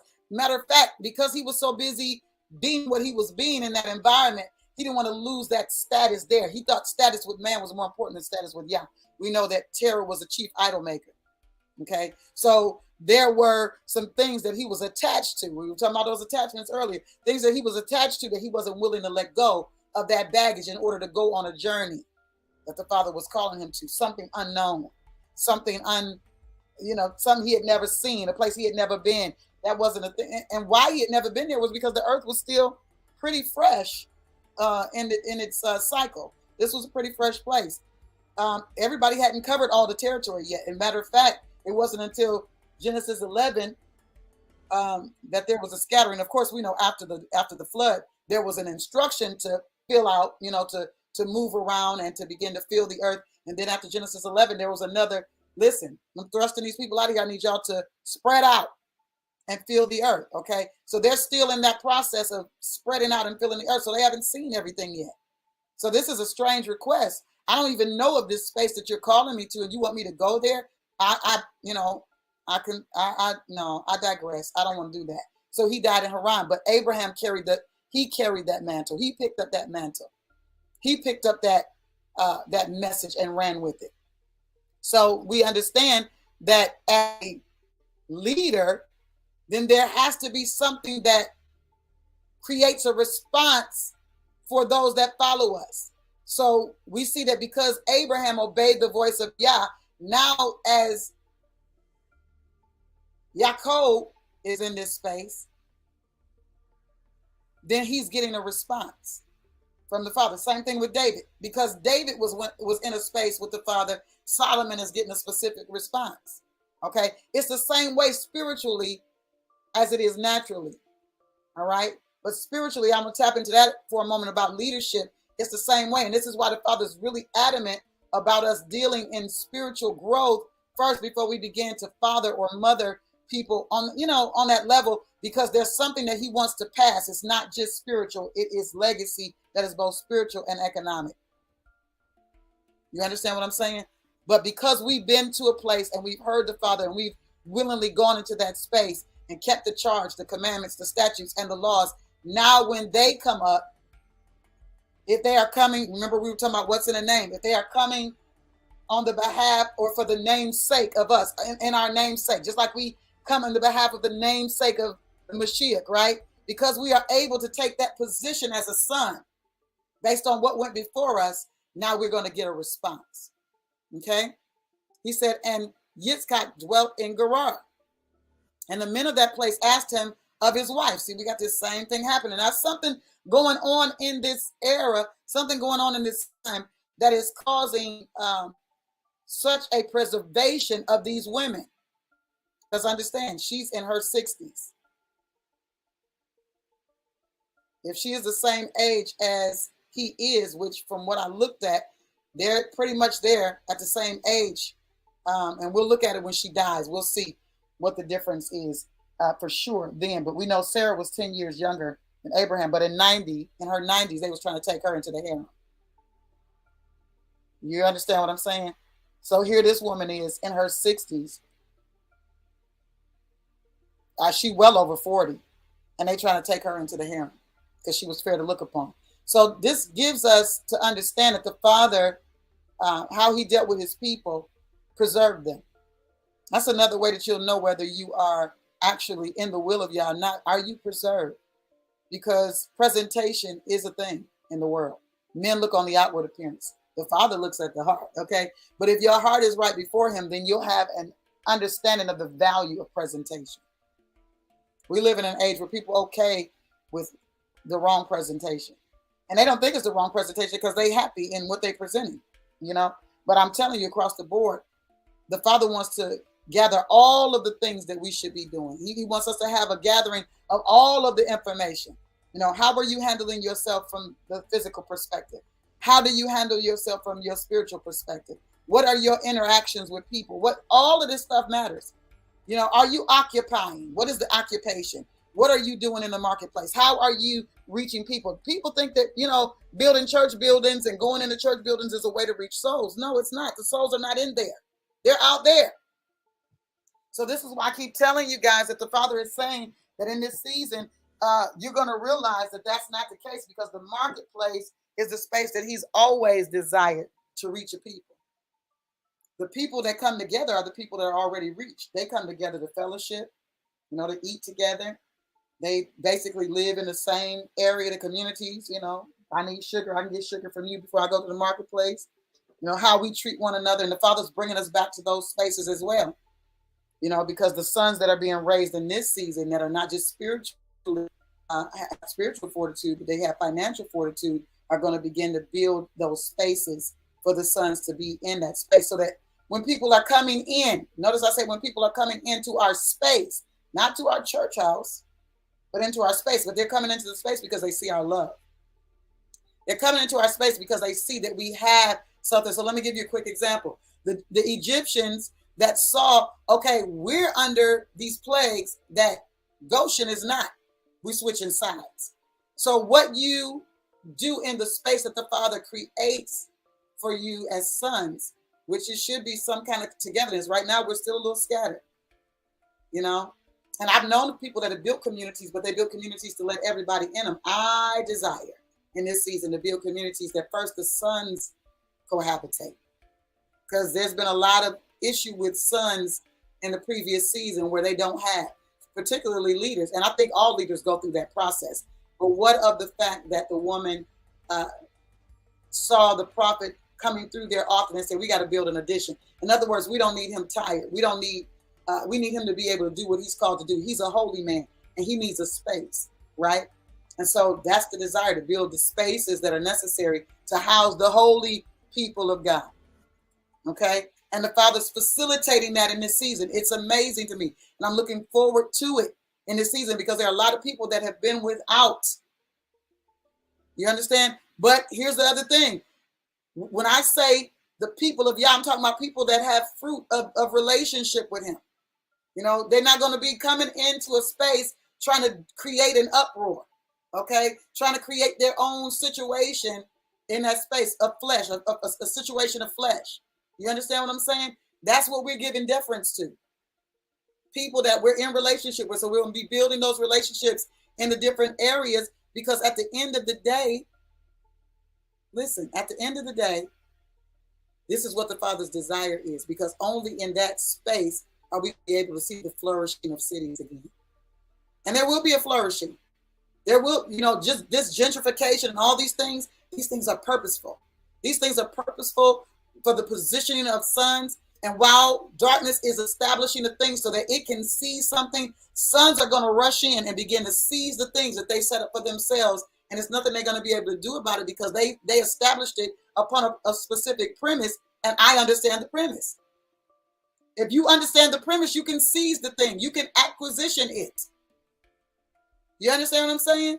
But if you don't understand the premise, then they're going to continue in what they're doing. So it's all about getting into the regions and building out the communities that bring down the rent, right? That change the dynamic so that people begin to have places to move into. And then it demands a shift in the economy. All right, so I'm talking about stuff that I didn't intend to talk about this morning. Okay, so the men of the place asked for his wife. So we're dealing with the preservation of things. And so we understand that there's a need for us to not only be savvy in our spirituality, but savvy in our physicality, okay? And it came to pass when he had been there a long time that Abimelech, the king of Philistines, looked out a window and saw, and behold, Isaac, or Yitzchak, was sporting with Rivkah, his wife. Now this thing, this is that thing that happened before. Remember I told you, Abraham and Sarah were in a space for a minute. They were in a space for a minute, because how else would he be able to tell that all his servants were, amen. How else would he know that the servants were barren? Because they had to been having sex and not getting pregnant. So how do you have sex and not get pregnant and just consider that I'm barren? No, it has to be some time that you spend there in order to realize, no, there's barrenness here. These people are having sex. They're not able to bear. Okay. So the same thing happened here with Yitzchak. They were there for a while. All right. And when the king looked out his window and saw Yitzchak and Rivkah sporting, in other words, they were kind of going back and forth with each other, he saw that the dynamic between them wasn't actually brother and sisterish. Okay? No, that's beyond brother and sister. That's his wife, And Abimelech called Yitzchak and said, behold, of a surety, she is your wife. And how saidest thou, she is my sister? And Yitzchak said unto him, because I said, lest I die for her. So they understood. So see, when people make a big deal, I just say they lied. They lied. First of all, you got to understand some things. Here's the first thing. There's no law in place to determine whether they can or cannot do this. Secondarily, when the law comes into place, the thing that the Father says concerning the sons of Yah is don't lie to each other. Okay, I'm going to help y'all today. He said, lie not to one another. Okay, that's what he's concerned about. Listen, if somebody come to my door and ask me, do I know where Prophet Marlise is because they trying to seize her I'm not telling them nothing. I'm in covenant relationship with Prophet Marlise. I know Marlise by spirit. I'm not going to give her over to captors. Are you listening to what I'm saying? The word says lie not one to another. It doesn't say anything about how you're supposed to handle the rest of these ninjas, because they be on some other stuff. Okay? They're on other stuff. So why would you give away the position of a son? Why would you give away the position in the name of, I don't want to lie? No. You got to understand what these things mean and the spirit behind the thing that's being done. What's the purpose of these things? When you look at Rahab, if that's the case, Rahab should have never been in the lineage of the Mashiach because she's a liar, right? That ain't what the Father was after. He was after her allegiance so it would protect his spies. And because of her allegiance, she became a part of their lineage. She became a part of that people. You understand what I'm saying to you? It says, lie not to one another. Don't betray one another. I don't owe anything to people that I'm not connected to. I don't owe anything to a system that I don't live by, that I'm not connected to. You understand what I'm saying? He said, do good to all men, especially, right? Those are the household of faith. But I'm not doing you good to give you information about her whereabouts when I know you on some other stuff and you're trying to bring harm to the body. I'm not getting ready to give you her location. Now, some religious person would be like, well, I just did what I thought was best. I mean, the Bible says don't lie. You're an idiot. You don't understand scripture. Why would you not preserve the posterity? And this is what people do every day, all day long. And so here's the other part of that, because just because people say they are believers or just because people say they are sons doesn't make them that. So we get caught in that web as well, because the moment you say something about somebody, then everybody's all up in arms about something that you said about somebody that you identified as not in the faith. Let me give you proof. The master said, who is my mother and who are my brethren for them to do the will of my Father? Now, if you doing something else other than the will of the Father, are you my brother? Are you my sister? No, you are not. Therefore, if I bring to bear something that you're doing in the way that you're functioning, why is everybody all upset? You know why they're upset? Because they behold to that. They behold to that and the system that comes with that. That's it. Yeah. I'm going to put some of these words from the chat in the room. Yes, when I'm in the space of the blessing, that's important. That's important. You have to be in the midst to receive of your blessing. Absolutely. Even when you think about what the Father said to the children of Israel, you know, and bringing them out of their captivity.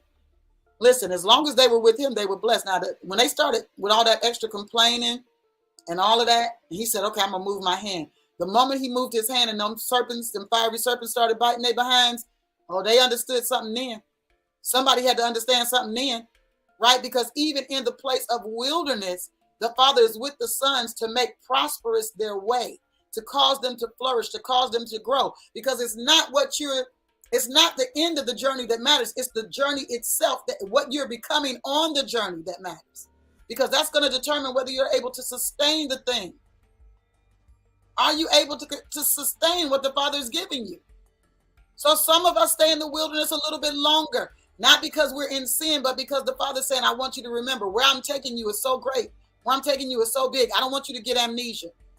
My grandmother would say damnesia. And I created the scamnesia. Okay. I don't want you to get damnesia when you get to the wealth that I'm about to take you to. And then some of us, other things got to fall off.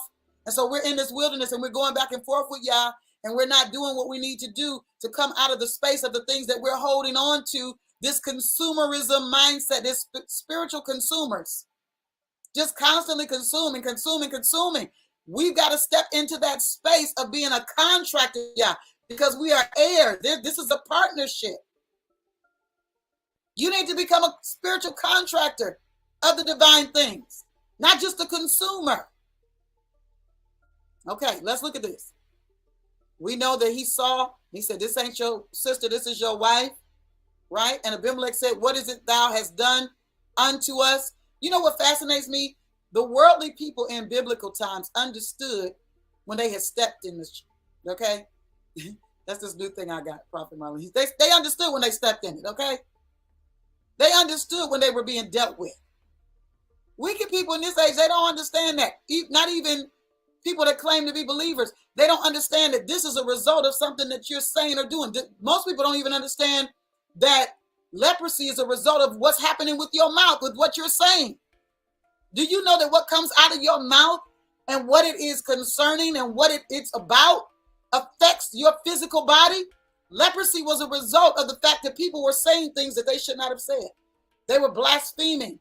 They were dealing with their neighbor improperly, dealing with the brotherhood improperly, trying to steal. So when I talk about these destiny stealers, these people that want to try to become a doppelganger of you, right? They want to steal your destiny by trying to take your place, taking from you what they take from you to try to stand in your stead, right? Destiny thieves. They want to suck the life out of you. You have nothing, but they take everything from you to carry on whatever it is they're trying to carry on till they run out of what you gave them, because they don't know how to manage it anyway. So now they got to grab other people to suck the life out of in order to have something so that they can keep sustaining themselves.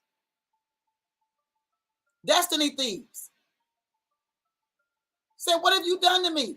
They had enough sense to know that they were being dealt with based on what was happening in their midst. I touched something I didn't have no business touching. I've done something I didn't have no business doing.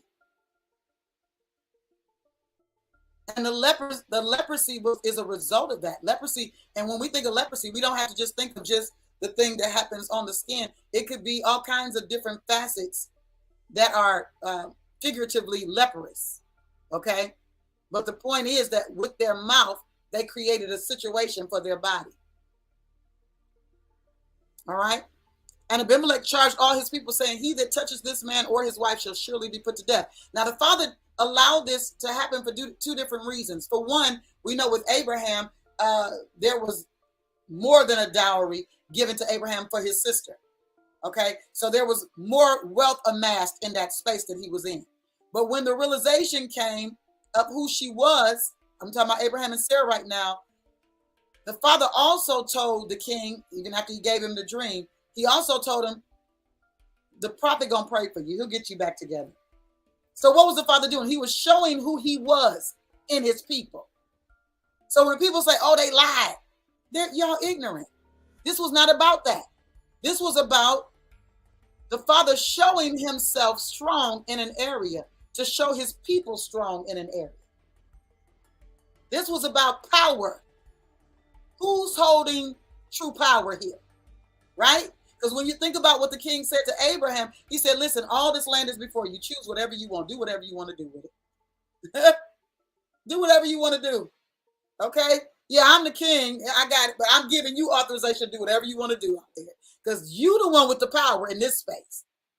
And we'll see. This is why Yitzchak. This is why Isaac had to begin to redig the wells, because of the anger of the Philistines. They was pissed off. These people too powerful. We're going to stop up some of these wells. But see, they did that while he was gone away from that space. But let's keep reading. And Abimelech charged all his people, because sometimes people try to stop your wells so that when you get back to where you're supposed to be, they feel like if they stopped up the wells and they tried to stop you or block you from flourishing, then you won't be able to get back in position. Not understanding you came back with something. You came back with more wealth, and you came back with more wealth in your mind and in your possession, okay? So you're even more powerful than when you left. All right, so look at this. And Abimelech charged all his people, saying, he that touches this man or his wife shall surely be put to death. Then Yitzchak, because of what the father said to him, because he understood that the blessing was in the space that the father commanded him to be in, he sowed in that land. He moved on what the father said to him and received in the same year in 100-fold, and Yah blessed him. He received of the blessing of Yah that was in the land that was blessed, that the father called him into. Even though all that other stuff was going on with the wife and the king and all of that, it didn't run him out of the space, because that was the space that he was called to. So since I'm called to this space, then we need to handle this like this, because we're dealing with wicked nations. These nations are wicked. They'll take you and kill me. In order for us to maintain our livelihood, in order for us to have a posterity, we're going to have to play a different role. We're going to have to put this, we're going to have to say this differently. I understand. She was definitely related to him. Okay? But that's beyond the point. The point is, you got to understand what a lie is before you decide you want to judge somebody about telling a lie, or judge yourself about, when really it's not a judgment, because really you want that person to go down, so you told it anyway, because you wanted to take their position. You wanted to take their place. It's like, getting to the throne. I had to kill everything that has a right to the throne so I can get there. So, anywho, for he had possession. Okay, and the man waxed great and went forward and grew until he became very great. For he had possession of flocks and possession of herds and great store of servants. And the Philistines envied him. And I tell you something, the place that the Father's taking his sons to in this hour is a place of envy. It's the only way that people are going to be able to identify what side they should be on, is if they envy what they see, as if they begin to see something differently. Because right now, all they see is what they see, and that's themselves and what they're doing, what their generations are doing. I even believe, now I didn't plan this at all. I even believe that of some of those families that have generational wealth that's been passed down, and the wickedness and the conversation and the agenda of darkness that's been passed down to generations, I even believe that some of those people will become the allies to the sons in this season. Mark it down, November 10th, 2023 at 8:17 a.m. 8:17 and 17 seconds. Mark it down. They're going to become allies. You know why? Because they're going to see the strength of our God. First of all, the fact that we wind up in the position that we wind up in, okay, is confusing because they don't understand, how did you get there? And it takes me back to this dream that I had, or a vision. It wasn't a dream. It was actually a vision that I had on my way to a prayer breakfast that I was going to preach at. And I started laughing in the front seat, and one of the apostles behind me said, "What's up, Apostle? What do you see? What do you hear?" And I began to share this vision with them about us, what's the word? Annexing these. I say it now as in annexing dark dimensions, but it was the Spirit of Yah was thrusting us into these portals, into these dark dimensions, these dark portals. And in the portal that I wound up in, there were all of these diabolic entities laying on tables. Their feet were in the stirrups, and they had their own agencies there to catch these babies that were being born, and they were being born really, really fast. And so they were taking them out and putting and wiping them up, cleaning them up. They had all this, this system in place. But I rushed into this space, and what I considered it was the sons rushing in, because I sat in every seat in this station, in this portal. I literally, my physical being sat in every seat. And I was the one that was now catching these children. And when I was catching them, I was throwing them to the ground. You understand what I'm saying? And it was not noticed.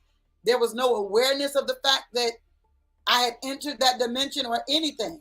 I didn't see the end of the matter, but all I know is that I was rushed into this space, sat in every seat, and was cutting off the birth or the life of what was being born of darkness. I'm telling you, what the Father's doing in this season, that's what this reminds me of. The fact that he said that even allies are going to come out of that darkness is the cutting off of that. Remember I said somebody's got to reroute the course of the family generations one way or another. And when I wrote that down, I didn't have the knowledge of what I'm saying right now. I didn't have the knowledge of what I was going to say about that at that moment, but it makes sense. It makes sense. It says here that they envied him for all the wells which his father's servants had digged in the days of Abraham, his father. The Philistines had stopped them and filled them with earth. They understood his greatness. They understood all of that. But they wanted to try to stop him from continuing to wax greater. Because the greater he waxed, the more power he had. And Abimelech said unto Yitzchak, "Go from us, for thou art much mightier than we." And Yitzchak departed thence and pitched his tent in the valley of Gerar and dwelt there. And Yitzchak digged again the wells of water. Now here we go.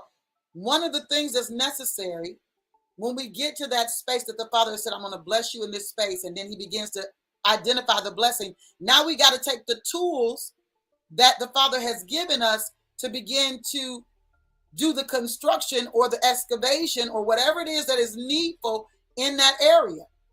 He starts redigging the wells, because this is a part of my inheritance. There are things that the Father's going to cause the sons to redig, to dig out. It's stuff you don't even know about yet. Somebody prophesied to me about something, and I don't even know nothing about what they're talking about. I'll know it when I get there, though. They are a prophet, and I'll know when I get there what exactly all that meant. I heard the words, but you don't really always realize what's being spoken until you get to the time, till you get to that moment, till you get to the suddenly, and then all of a sudden it dawns on you, this is that. Isaac digged again the wells of water.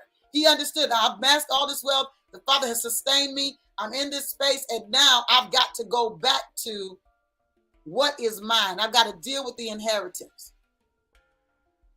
This is what messed the children of Israel up in the first place, which is why the Father gave the word to Abraham about these children that were going to go into captivity. We're going to be there for 400 and something years. And why were they there, though, for all those years? Because they didn't have a value for the promise that was made to them. If you see here, he goes back to the space where his father received the promise and begins to open up and unlock the wells.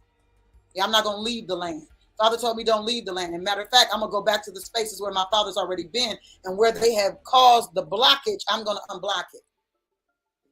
Because this is a part of my inheritance. They got stuck in Goshen. They got stuck in comfort and convenience and forgot about the space that he had given them because they were comfortable and convenient till the new king came and said, oh, what's all of this?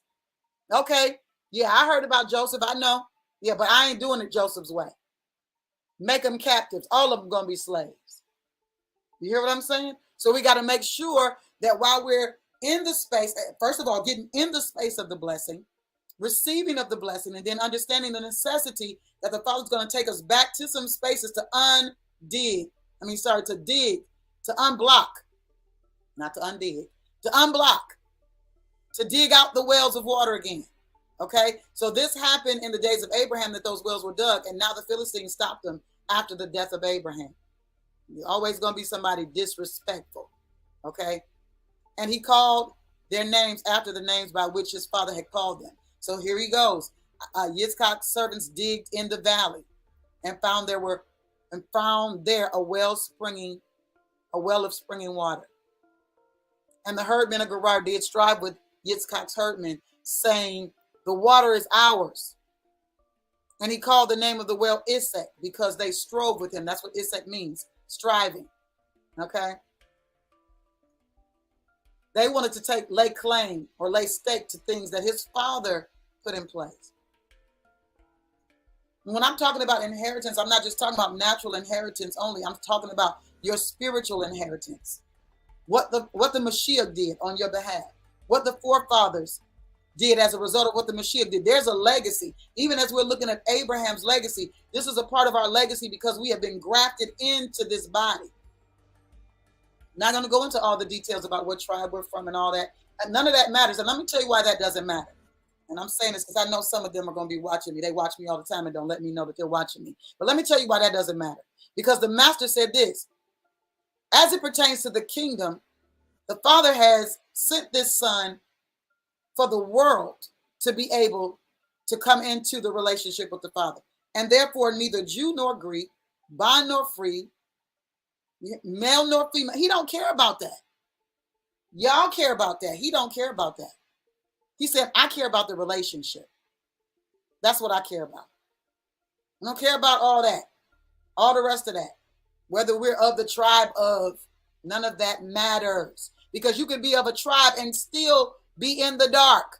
You can realize that you're in a tribe and realize the names and still be outside of that city. He said, for without our dogs, hello, you can still be a dog. Meaning one that has not the relationship with the Father to receive the things of the Father. Knowing his name and knowing what tribe you feel like you're of doesn't matter as it pertains to the relationship with the Father. It matters not.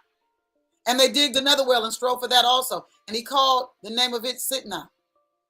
We can look and see what Sitnah means. I have these notes written down somewhere, but it's not in front of me. It's not something that I keep in my memory. But these words mean something. So I want you to see it. I want you to see it. Sitnah means a place of hostility, strife. Okay? So we got the first well, meaning, let's go back to the first well, because Esek does mean something else. All right, I'm going to take you back. We're going to go back to Esek for a minute, okay? And I'm going to read you guys' comments over here in the chat as well. Yeah, it started coming back to me, some of the meanings, but I want to look at them. Esek.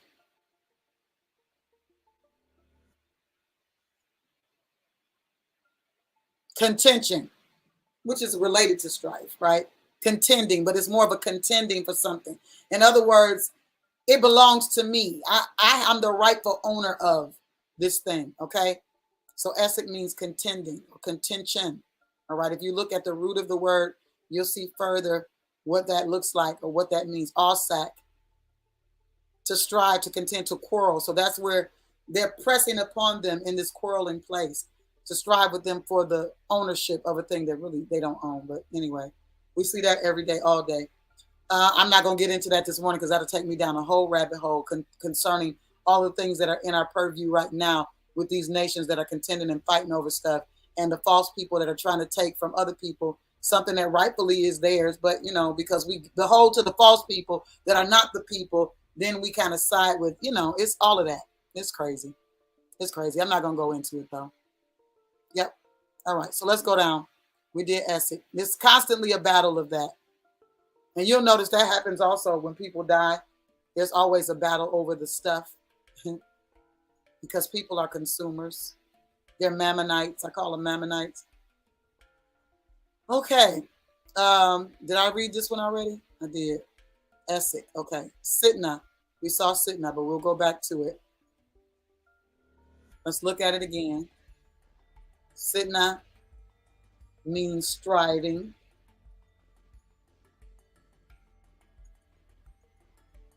Okay, that means strife.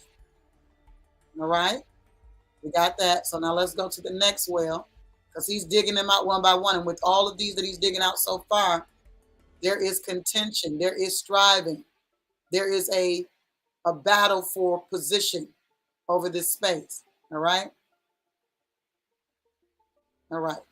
And he removed from thence and digged another well, and for that they strove not. So now because see what happens is, once you begin to do a thing and you begin to have a standard for what you're doing and you're not letting down your standard, then things begin to back up off you because they realize, no, you're not just powerful in your possession, but you're powerful in your mind. You're powerful in your spirit. There's something about you that's strong and you're not taken down.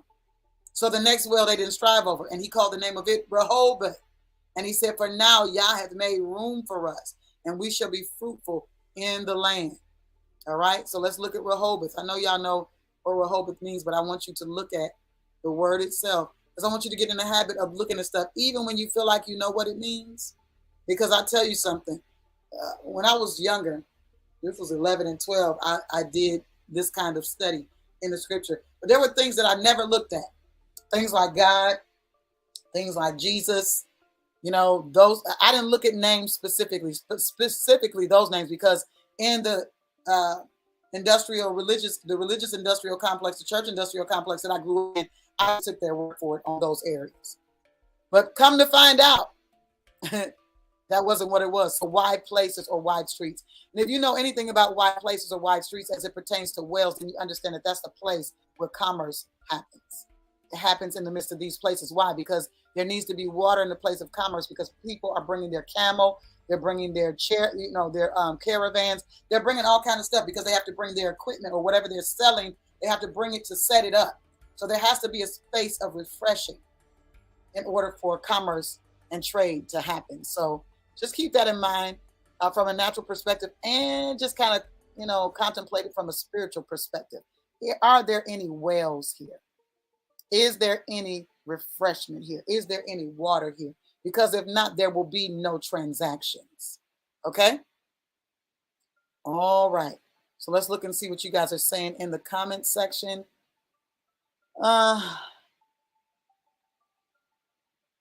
They know of the strength of Yah, but have not seen the power of Yah in the earth. But when they do see, they will begin to give to the sons of Yah. Absolutely. Yeah. Tribute. Yeah. There is a space. The mindset that they have is really the mindset for them, because everything that doesn't serve Yah should serve us. But that's a whole nother conversation as well. But darkness is not going to be in charge. The sons are going to be in charge, taking territory. We have to utilize the tools in order to unblock and dig out the obstructions in order to continue in the legacy and to continue to build the inheritance. Absolutely right. Absolutely right. There are tools that we've been given, and we've got to understand the usage of those tools. They will not accept it but it will be needed. Keep the course, the standard, keep the focus. Absolutely. Because when he began to keep the focus, the argument was over. Because what he was saying to them was like, you know what? First of all, I know where all the wells are. The only way I know where all the wells are is because they belong to me, because they're part of my inheritance, okay? And I'm not going to allow you to stop me, and I'm not going to keep arguing with you over this either. I'm going to keep moving in the thing that I've been called to, all right? I'm not going to give up the territory because there's a little bit of contention or a little bit of strife. No, I'm going to stand my ground. That's what we got to do as the sons of Yah. We got to stand our ground. All right, let's move through here to the next verse. Where are we? We're in chapter what? 26. Okay, we got, what do we got? We got to go to 28. I think we go to chapter 28. Why are only 2 people like this video? I'm confused. Y'all know what to do when y'all come in here. We're going to chapter. Oh, we are past our reading already. Look, we done got into next week's Torah portion. Okay, moving away from here. Moving away from here because we're well into the next chapter, which is for the next PARASHAT. Why y'all didn't stop me at 25:18? Where are my watchmen? Listen, y'all got to watch me because y'all know I'm from the read on saints. Okay, I'll keep reading and keep teaching. We reading went all the way to 30 somewhere, and then I'll be just realizing, oh my God. So we were supposed to go to 25:18. All right? All right, so. Yeah, don't barter away your inheritance. Listen, we were supposed to stop a chapter ago, and y'all didn't stop me, and I'm trying to figure out why. Why y'all didn't stop me? All right, let's go to 1 Kings chapter 1, and we're going to read verses 1 through 31, which is the whole chapter. Yeah, oops, for real. Y'all didn't stop me. Y'all just let me keep on going. Lord the Murky, you stepped away. All right, good. Good to know. I'm just going to keep on reading, huh? I ain't got nobody to stop me from being a part of the read on saints this morning. Let's go back to 25:18 because I want to see what that last verse was that we read, because it's going to really connect with all of the other verses that we're reading too. 25:18. So we were supposed to stop. And they dwelt from Havilah unto Shur, that is before Egypt, as thou goest toward Assyria. And he died in the presence of all his brethren. So we were supposed to stop at Ishmael dying. Okay. 1 Kings chapter 1. Y'all got me over here just talking. Y'all know I don't mind. It don't look like we're going to be on for 7 hours today, though. So that's a blessing. Verse 1. We're going all the way to 31. Now King David was old and stricken in years, and they covered him with clothes, but he got no heat. It's good. They hungry. Absolutely. Wherefore his servant said unto him, let there be sought for my lord the king a young virgin, and let her stand before the king, and let her cherish him, and let her lie in thy bosom, that my lord the king may get heat. They didn't find her for him to sleep with, they found her for him to be body heat for him. So they sought for a fair damsel throughout all the coasts of Israel, and found Abishag, a Shunammite, and brought her to the king. And the damsel was very fair, and cherished the king, and ministered to him. But the king knew her not, meaning he didn't sleep with her. And Adonijah, the son of Haggith, exalted himself, saying, I will be king. Oh Lord, I will be king. And he prepared him chariots and horsemen and 50 men to run before him. So we see that, remember we were talking about this situation about legacy, and we're talking about, the need that when I get something, it's not just for me. But not only that, something that goes before me is a thing that announces for me something. And so here we go with Adonijah exalting himself and saying, I'm going to be king. And then he begins to prepare chariots and horsemen and 50 men to run before him, because he's using them as his, what's the word I want to say? This is his verification. This is his validation. Okay. He's using them as validation. All right. And his father had not displeased him at any time in saying, why hast thou done so? And he also was a goodly man, and his mother bare him after Absalom. So we're looking at something that's happening here.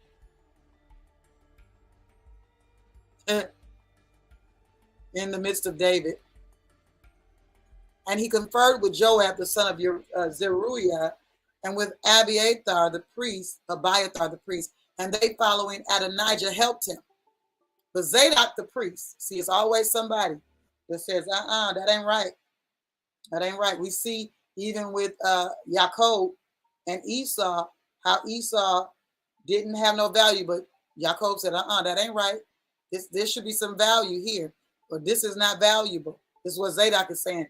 Then Benaiah, the son of Jehoiada, and Nathan the prophet, and Shimei, and Rei, and the mighty men which belonged to David, we've been talking about those mighty men, were not with Adonijah. I told you the Father always reserves a remnant and a witness. You hear what I said? And Adonijah slew sheep and oxen and fat cattle by the stone of Zoheleth, which is by En Rogel, and called all his brethren, the king's sons, and all the men of Yehuda, the king's servants. But Nathan the prophet and Benaiah and the mighty men and Solomon his brother, he called not. So people know who to call on when they in their mess. Don't ever forget that. When you're not invited to the party, understand it's mess. Because why they not inviting you when they know that you're a part of that? Why wouldn't they invite you? Because it's mess. And they're trying to do something that should not be done, but it's okay because the Father always reserves a remnant and a witness. And his will is always going to be done. Wherefore Nathan spake unto Bathsheba, the mother of Solomon, saying, Hast thou not heard that Adonijah, the son of Haggith, doth reign, and David our Lord knoweth it not? Now therefore come, let me, I pray thee, give thee counsel. See, we always need counsel in order to do the thing that needs to be done, that thou mayest save thine own life and the life of thy son Solomon. He's saying, listen, if I don't do this for you, if I don't give you this wise counsel, you're going to lose your life, and so is he. Because, in order for somebody to take the throne, they got to kill everything that has a right to it. Go and get thee unto King David, and say unto him, Didst not thou, my lord, O king, swear unto thine handmaid, saying, Assuredly Solomon thy son shall reign after me, and he shall sit upon my throne. When then doth Adonijah reign? Or why then doth Adonijah reign? Behold, while thou yet talkest there with the king, I also will come in after thee and confirm thy words. So here is Nathan. He said, listen, while you talking to him, I'm going to come in and I'm going to confirm, I'm going to back up what you're saying. Okay? Look at this. So it says, and Bathsheba went in unto the king into the chamber, and the king was very old. And Abishag the Shunammite ministered unto the king. And Bathsheba bowed and did obeisance unto the king. And the king said, What wouldest thou?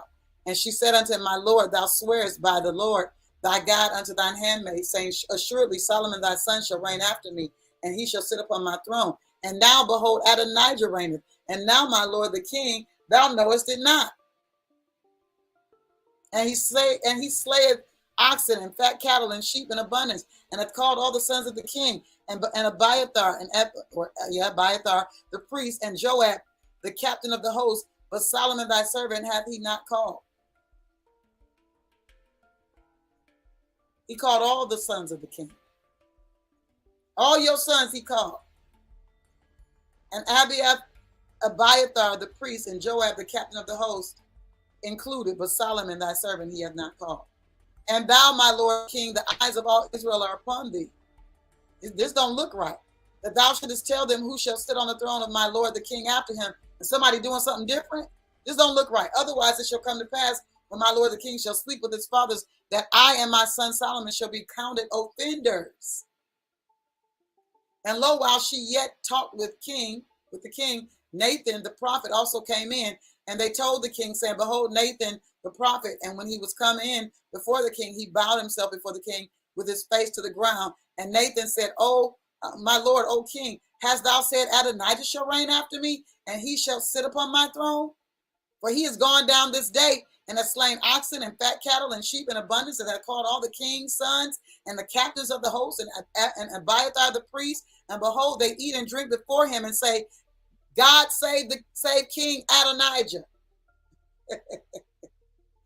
He done amassed to himself a whole following. A whole following.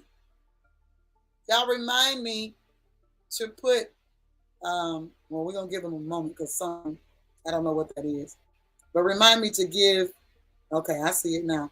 Remind me to give, to pass the baton in YouTube so that I can have, so y'all can control the room. Okay. I couldn't think of the word.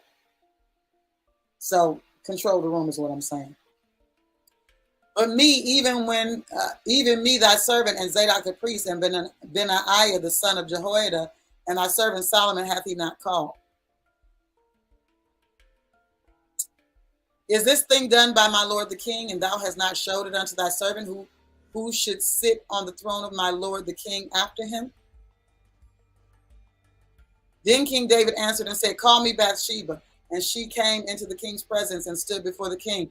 And the king sware and said, as Yah liveth, that hath redeemed my soul out of all distress, even as I swear unto thee by my Lord, by the Lord God of Israel, saying, assuredly Solomon thy son shall reign after me, and he shall sit upon my throne in my stead. See, we're still dealing with that in the stead of. I want to take just a few moments to bring that to your attention. That's one of the connections to all of these scriptures. This is something that's being done in the place of, in the stead of. And when we look at Jacob and we look at Esau, Jacob is the heel grabber. He's the one that is acquisitioning a space. He's in the stead of. And when we look at this in the name of a thing, we look at Abraham's servant who goes down to his home space and says, in the name of this person, you know, that's what he is there for. He doesn't say in the name of him, but he does mention his name. He does say, this is where I came from and this is what I'm doing. So this is how that works. The in the name of or in the stead of.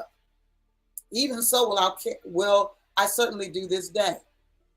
Then Bathsheba bowed with her face to the earth and did reverence to the king. We talked about reverence yesterday, right? And said, let my lord the king David live forever. And King David said, call me Zadok the priest and Nathan the prophet and Benaiah the son of Jehoiada. And they came before the king. The king also said unto them, take with you the servants of your lord and call Solomon my son to ride upon mine own mule and bring him down to Gihon. Now, I think that's fascinating, the whole ride upon my mule, because there was still a humility. Thank you, Elder. There was still a humility in David, even though he was king and he had chariots and he had stallions. He had horses. Thank you, Elder. And so, listen, there was still humility there. But you'll see this reflecting, the life of David reflects the life of Mashiach. You'll see this as a mirror reflection. What did the master do? He didn't go get horses, because that's another thing. That's an appearance of something that darkness wants to present in order to bring people under this space of I'm in control. I'm in control of you. He said, no, these people are part of my kingdom. Absolutely. I'm the read-on apostle. Thank you for stopping me. All right, let's look at the next thing. Any questions about that? I think that was good. That was really good. John chapter 4, verses 3 through 14. And I will stop at 14. John chapter 4, verses 3 through 14. We're going to go there right now.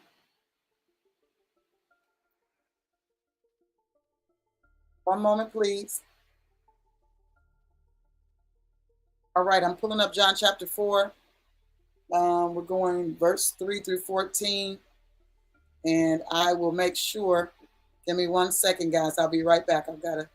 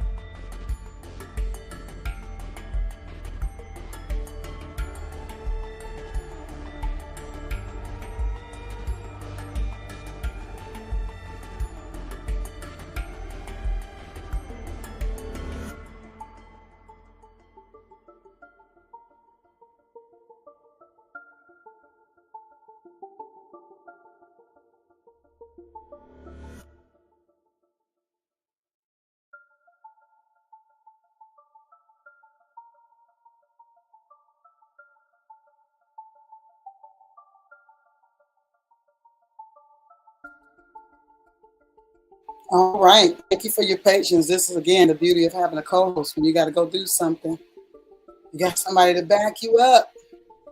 All right. So we are in John chapter 4. We're going to be reading from verse 3 to 14.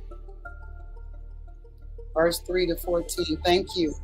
Thank you. Thank you. Thank you. Now y'all working with me today. Now y'all working with me. Thank you so much. I see you, Prophet Marlise. Thank you. I see you in our private chat there. Amen. Keep praying for me. John chapter 4. Let me turn the music down, because we're about to head out of here. And I'm almost considering that you guys might have to do double duty on these days, because I need somebody to talk to. I don't like being the only one talking about the portion, the Torah portion. So we might have to take it back to the old days, because listen, yeah, I need somebody to talk to about these things. We need to have a conversation. That's what table talk is. It's not just me talking, it's us talking. So we got to figure these things out. Okay. So let me pull this up. Where am I? I done hid my window somewhere. There it is. Okay. And we're going to verse 14. Verse 3. He left Judea and departed again into Galilee. Okay. And this is the Mashiach. And he must needs go through Samaria. Then cometh he to the city of Samaria, which is called Sychar, near to the parcel of ground that Yaakov gave to his son Joseph. It still ain't working, Prophet. Go ahead and mute it back up. Now Jacob's well was there. Yaakov's well was there. The Mashiach, therefore, being weary with his journey, sat thus on the well, and it was about the 6th hour. Okay, I love this. I think I want to read it all first, and I'll come back. No, I ain't gonna come back. I just think it's fascinating. We've been talking about that this morning. The fact of being in the place, right in the place that the Father's calling us to execute whatever it is he's calling us to execute. Now, understand, the only way that the Mashiach is able to be at this well with this woman and to do this transaction because remember I told you transactions happen at wells, is because Jacob in another season, Jacob in another generation, reestablished the wells that his father dug. He saw the value of what his father did, and he made sure that that value was not diminished. So now all of these generations later, the Mashiach is now at Jacob's well. You hear what I'm saying? That was one of the wells that was dug. He's there at this well. And it's being called Jacob's well. Why we don't call it Abraham's well? Because Abraham is gone and the inheritance has been passed on. Right? So it should deal with the mindset of this thing that people have when they have I've seen this over the years where people, they had this leader and the leader is gone, but don't nobody want to do nothing different than what the leader put in place. The leader did what he did for his season or her season. Now whoever is in succession has to come to that space and activate and actualize whatever to carry on the legacy. Not just do whatever. I'm not saying do whatever, but there has to be a succession, a celebration of succession. And succession means that something goes further than where it was. It was about the 6th hour. Okay. There cometh a woman of Samaria to draw water. And Yeshua saith unto her, give me to drink. Now, did we just see this already? So see, you identify the character of people by what you ask them for. The servant of Abraham asked for water, but before he got to that space where he asked for water, he put in his heart and in his mind, I'm going to find her and she's going to have this character. I'm going to find the thing that is a good character for my master's son. I'm not going to bring him back nothing raggedy. Okay, so we've seen this before, drawing water, but you got to understand this: the Samaritans and the Hebrews they ain't got no dealings like that. All right, but he's talking to her. He says, give me something to drink. For his disciples were going away into the city to buy meat. Now, here's the thing. He had to send them where he had to send them. Because you're going to note, if we read down that part, you're going to notice that when they get back, they wonder, why are you talking to her? Because see, sometimes the Father will send you to a space to do a thing and to deal with certain people. And if you don't have the people around you that have an understanding of what the Father is doing, you have to send them away in order for you to do the deal. You understand what I'm saying? You have to send them away so that you can handle your Father's business. Okay? It says here, then saith the woman of Samaria unto him, how is it that thou being a Jew asketh drink of me? I'm not going into that today, but I just want to show y'all something, and then I'm going to keep moving. Because y'all know how I feel about certain words. You know how I feel about it. Okay? Eodeus, okay, which comes out of Yehuda, which is in English pronounced Judah, okay? How you being of Yehuda, the tribe of Yehuda. Now you see what they do. So here's an example of something that I've been trying to teach y'all. When people are in charge of something and have an agenda, they're going to push their agenda. So we see the first word here is this, right? So if you don't know how to study or dig a thing out, you'll get stuck there. You say, oh, that's what that means. It means you. Of Judea. Why would you make that second? Because that's what it is. It's not this and it's not this. Although these things they did become a thing, but they are not the thing that is being spoken of there. Let's go up here. Because there is definitely a difference between Yehuda, or the tribe of what y'all call Judah, and a Jew. The term Jew is taken out of Yehuda. I'm trying not to go too strong on this. See this? All right, Yehuda, right? That's why you got to dig stuff out. What's really being talked about here? Not going to settle on what's being said, okay? Because if somebody has an agenda, then they're going to change the thing to fit their agenda. So we see Judah is what's being spoken of. So the Mashiach was of the tribe of Yehuda. First of all, Jew is not a tribe, so how could it even be a thing? I'm going to let it go. I'm going to let it go because the church industrial complex, the religious industrial complex loves those things. Y'all love that. So I'm going to let y'all love that. But I just want those that have ears to hear and eyes to see and a heart to perceive what the Father is doing and what he has done and what really is going on to be able to perceive that. Because otherwise you're going to be under the bewitchment of some things And that's going to cause you to be in a deficit, a place of deficit. So, all right. I'm done with that for now. I'm done with it. Let's move on. I could go further than that, but we'll have a whole teaching on that in private for those of you who want to know what that stuff is about. All right? Because there is a scripture that says they say they are Yehuda and are not, but the word Jew is there too. Okay. So the master answered unto her, if thou knewest the gift of Yah, and who it is that saith to thee, give me to drink, thou wouldest have asked of him, and he would have given thee living water. I think I read everything. Okay, yeah, I did. The woman saith unto him, now I'm just a few verses away. I'm 3 verses away from ending. Okay, I'm checking myself because otherwise I'll keep reading.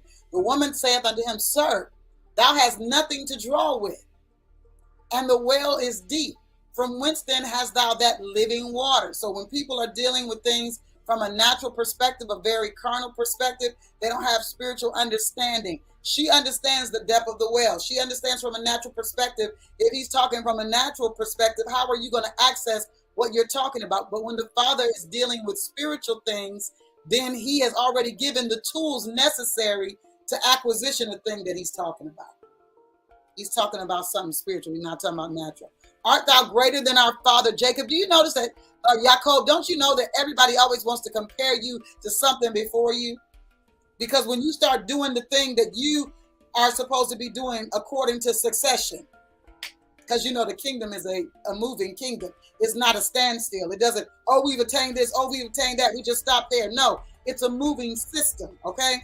And so when you start doing the thing that the Father has ordained for you to do in the line of succession of sons, now everybody want to try to compare you to, well, why you don't do it like that? Well, are you better than this person? Are you greater than them? Clearly I am, because greater works come after works. After works have already started, greater comes behind it. Even the Mashiach said, I'm getting out your way, and greater works shall you do because I'm getting out of your way. What is this thing that people have where we don't want people to do greater, that we don't want people to do better, that we don't want people to go beyond? When the word says a servant is no greater than his master, he's saying that, listen, if the master had to go through these processes and these things, then you will have to go through those processes and those things. It's not talking about him being better than you. It's talking about the process has to be in order for you to become what you need to be. She said, art thou greater than our father Yaakov, which gave us the well and drank thereof himself and his children and his cattle? Complete lack of, no lack of understanding. Complete lack of understanding. She dealing with something that he not even dealing with. The Mashiach answered and said unto her, whosoever drinketh of this water shall thirst again. But whosoever drinketh of the water that I shall give him shall never thirst. But the water that I shall give him shall be in him. In him, a well of water springing up into everlasting life. The natural things that we see are for the purpose of explaining to us the spiritual things that we see that we need to manifest. That's the purpose. I mean, everything that is spiritually identified has to be manifest naturally in order for it to be a thing. The thing about it is that a lot of people are looking to things that already appear to try to create what doesn't. So here, let me give you an example. A lot of people don't understand that they've been authorized to heal the sick, and so what they're looking at is the circumstance that the person is in. They're allowing the circumstance or the conversation of their physical position to detail whether they're going to step into their authorization to do what they're supposed to do. Things appear because somebody got an identity on something that was invisible and brought it into the natural realm. So that cannot be a dictate to you about whether you're going to walk in the role of a healer, because it's who he's called the sons. It can't be a dictation to you or whether you're going to walk in the realm of deliverance, because that's what he calls the sons. It cannot be, your situation can't dictate to you that you can't be wealthy because of where you came from, because this is what he calls the sons. And the only reason sons don't step into those spaces is because they don't see what he's saying. He said, there has to be something in you that changes. You see, right now in her is this idea of going from person to person because she's not finding what she needs. She's not finding what satisfies. And I don't even think this is just about sexual. People make it that because they're perverted. You're perverted. Thirsty don't just mean sexual appetite. You understand what I'm saying? I'm sure that there are other things that she's needing to be settled in her life. Maybe she did not have a father. We could just suppose her parents died before she was 3 or 5, or suppose she's had some traumas in her life where she's been molested or something has happened to her. Suppose that because we know that, here's what we do know, that these kind of voids come from some place, and there's a common place that these kind of voids come from. People don't just become people that want to just sleep with everybody. People don't just become that. They don't just become people that bounce around from relationship to relationship. They don't just become that. There's something that happens that causes this position in the mind. So what the master says he's got to deal with, he says, I got to deal with what's in here. So he's speaking to her and he's dealing with her mindset. He's dealing with her mindset. So he begins to talk to her about some things. And in the conversation, she begins to perceive some things. That's that what we were talking about yesterday, right? That's that what we own right now. If you want to know what that is, go back and see it. It's the prophetic cognition is what it is. That's what that is. She begins to wrap her mind around what he's saying. And because she can wrap her mind around what he's saying, she can become what he sees her becoming. And she becomes something in a matter of moments based on the conversation and her prophetic cognition of what he's saying. That turns a city into a city that knows Yah and that understands and identifies with the servant of Yah, the Mashiach. She becomes an evangelist in a matter of moments, all because of her perception, her ability to perceive. So we're looking at this thing. This thing is about lineage. It's about something being passed down. It's about something being received. It's about something flourishing. It's about something growing. It's about the old thing dying and us not getting stuck in the old space, but being able to have the celebration of succession concerning the new. It's about us being able to be the sons that would understand that somebody has got to turn the direction of this ship. Somebody has got to become wealthy so that the lineage becomes wealthy. Somebody has got to step out of this space where the curse resides and step into where the blessing resides. Somebody has got to turn the tide. And I say that's me. Can you say that's me again? Say that's me. That's us. Somebody has got to turn the tide. Listen, I'm trying to get my screen to be unstuck right now so I can end this live, because somebody has got to turn the tide. And let me ask you a question. Can anybody carry your name to a space and get something done? Are you doing anything that would allow somebody to be able to just walk in your space and say your name in that space, or hold the card that you give them, hold something, they could just operate in that space just because they've been authorized to do so. We are that somebody. Somebody in the family has to reroute the course of the generations in one way or another. And that's what the supernal realm is always looking for. Somebody that'll stand. Even from diabolic perspectives, that's what diabolic nature is looking for every day. Somebody that will turn the course of generations. I am that somebody. Listen, I love y'all. I appreciate you being here with me today and being patient with all of the interruptions and the lack of technological grace. Blessings, Apostle Joanne. It's good to see you. Yeah. Thank you for the patience, right? And for those that'll be watching afterwards, thanks for the patience. We had a lot going on today and we didn't have our backup, but I'm promising you this. Next week, I need y'all to do double duty. I'm gonna need you to be on the live and I'm gonna need you to be in the room, because we need to have table talk. That's what I've always done as it pertains to Torah, and I don't want to change it now. I want to be able to talk about what we're reading. Okay, so just send me a message in my inbox and let me know, Apostle, I'm with you next week for Torah. I'm with you. It's Friday. It is Friday this month. The Sabbath is on Friday. I want you to be with me, okay, so that we can be together in this and have the conversations that need to be had, because I'm bringing out the points that I am illuminated on. You're going to bring out the points that you're illuminated on, and it's going to bless the people to hear everybody's perspective and how we come to that space where it's all one. You know what I mean? So I love you guys. I appreciate you. And I'm looking forward to tomorrow morning at 5 a.m. where we're going back to our prophetic cognition conversations. But until then, listen, you're blessed, and I do not want you to forget it. I'm going to let it go to 4. You're blessed, and I don't want you to forget it. Blessings to the houses of the sons of Yah, and I want you to remember that the body is not a me thing. It is a we thing. We love you guys. Peace to your house.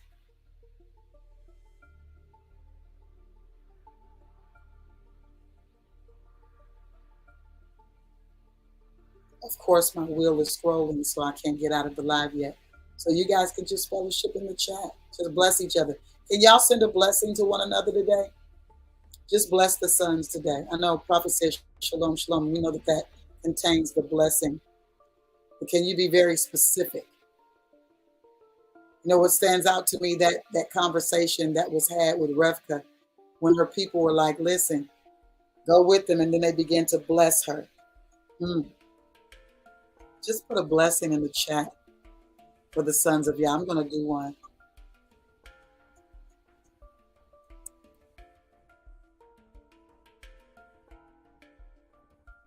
As soon as my computer acts right.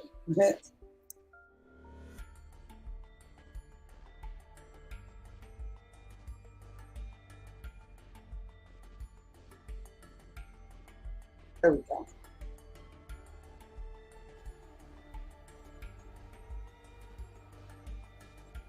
I mean, this thing holding it up, boy. Okay. May your seed be mighty in the gates, saints. Come on, somebody else put something in the room. Put something in the room. Bless the saints today. Peace and blessings to Prophetess Marlise. Absolutely. Peace and blessings, Prophet. May the blessing of the Lord overtake you. Absolutely. Yeah. Blessings to every area of your life. Divine establishment to your promise. Absolutely. Absolutely. May favor never cease to follow the sons of Yah. And really, I want you to have the wisdom of the favor that's on your life. That's what I'm going to declare to you. May you have the wisdom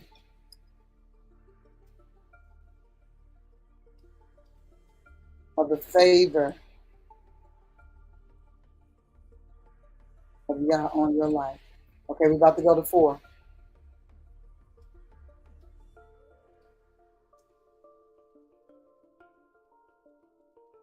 All right. Let's see. Great Yah, blessed day to each of you. May your days be prosperous, peaceful, and full of blessings in all your endeavors on today. Absolutely. Blessings to all the sons as we continue to rise. And I'll end with, may you have the wisdom of the favor of Yah on your life. Listen, love you guys. Peace and blessings to you also, Vicki Adams. Absolutely. Love you guys. All right, we're out of here. We'll see you tomorrow at 5 a.m. It is allowing me to end the stream finally. I was trying to wait on that 4. Here it comes. Here it comes. Absolutely. There it goes. All right.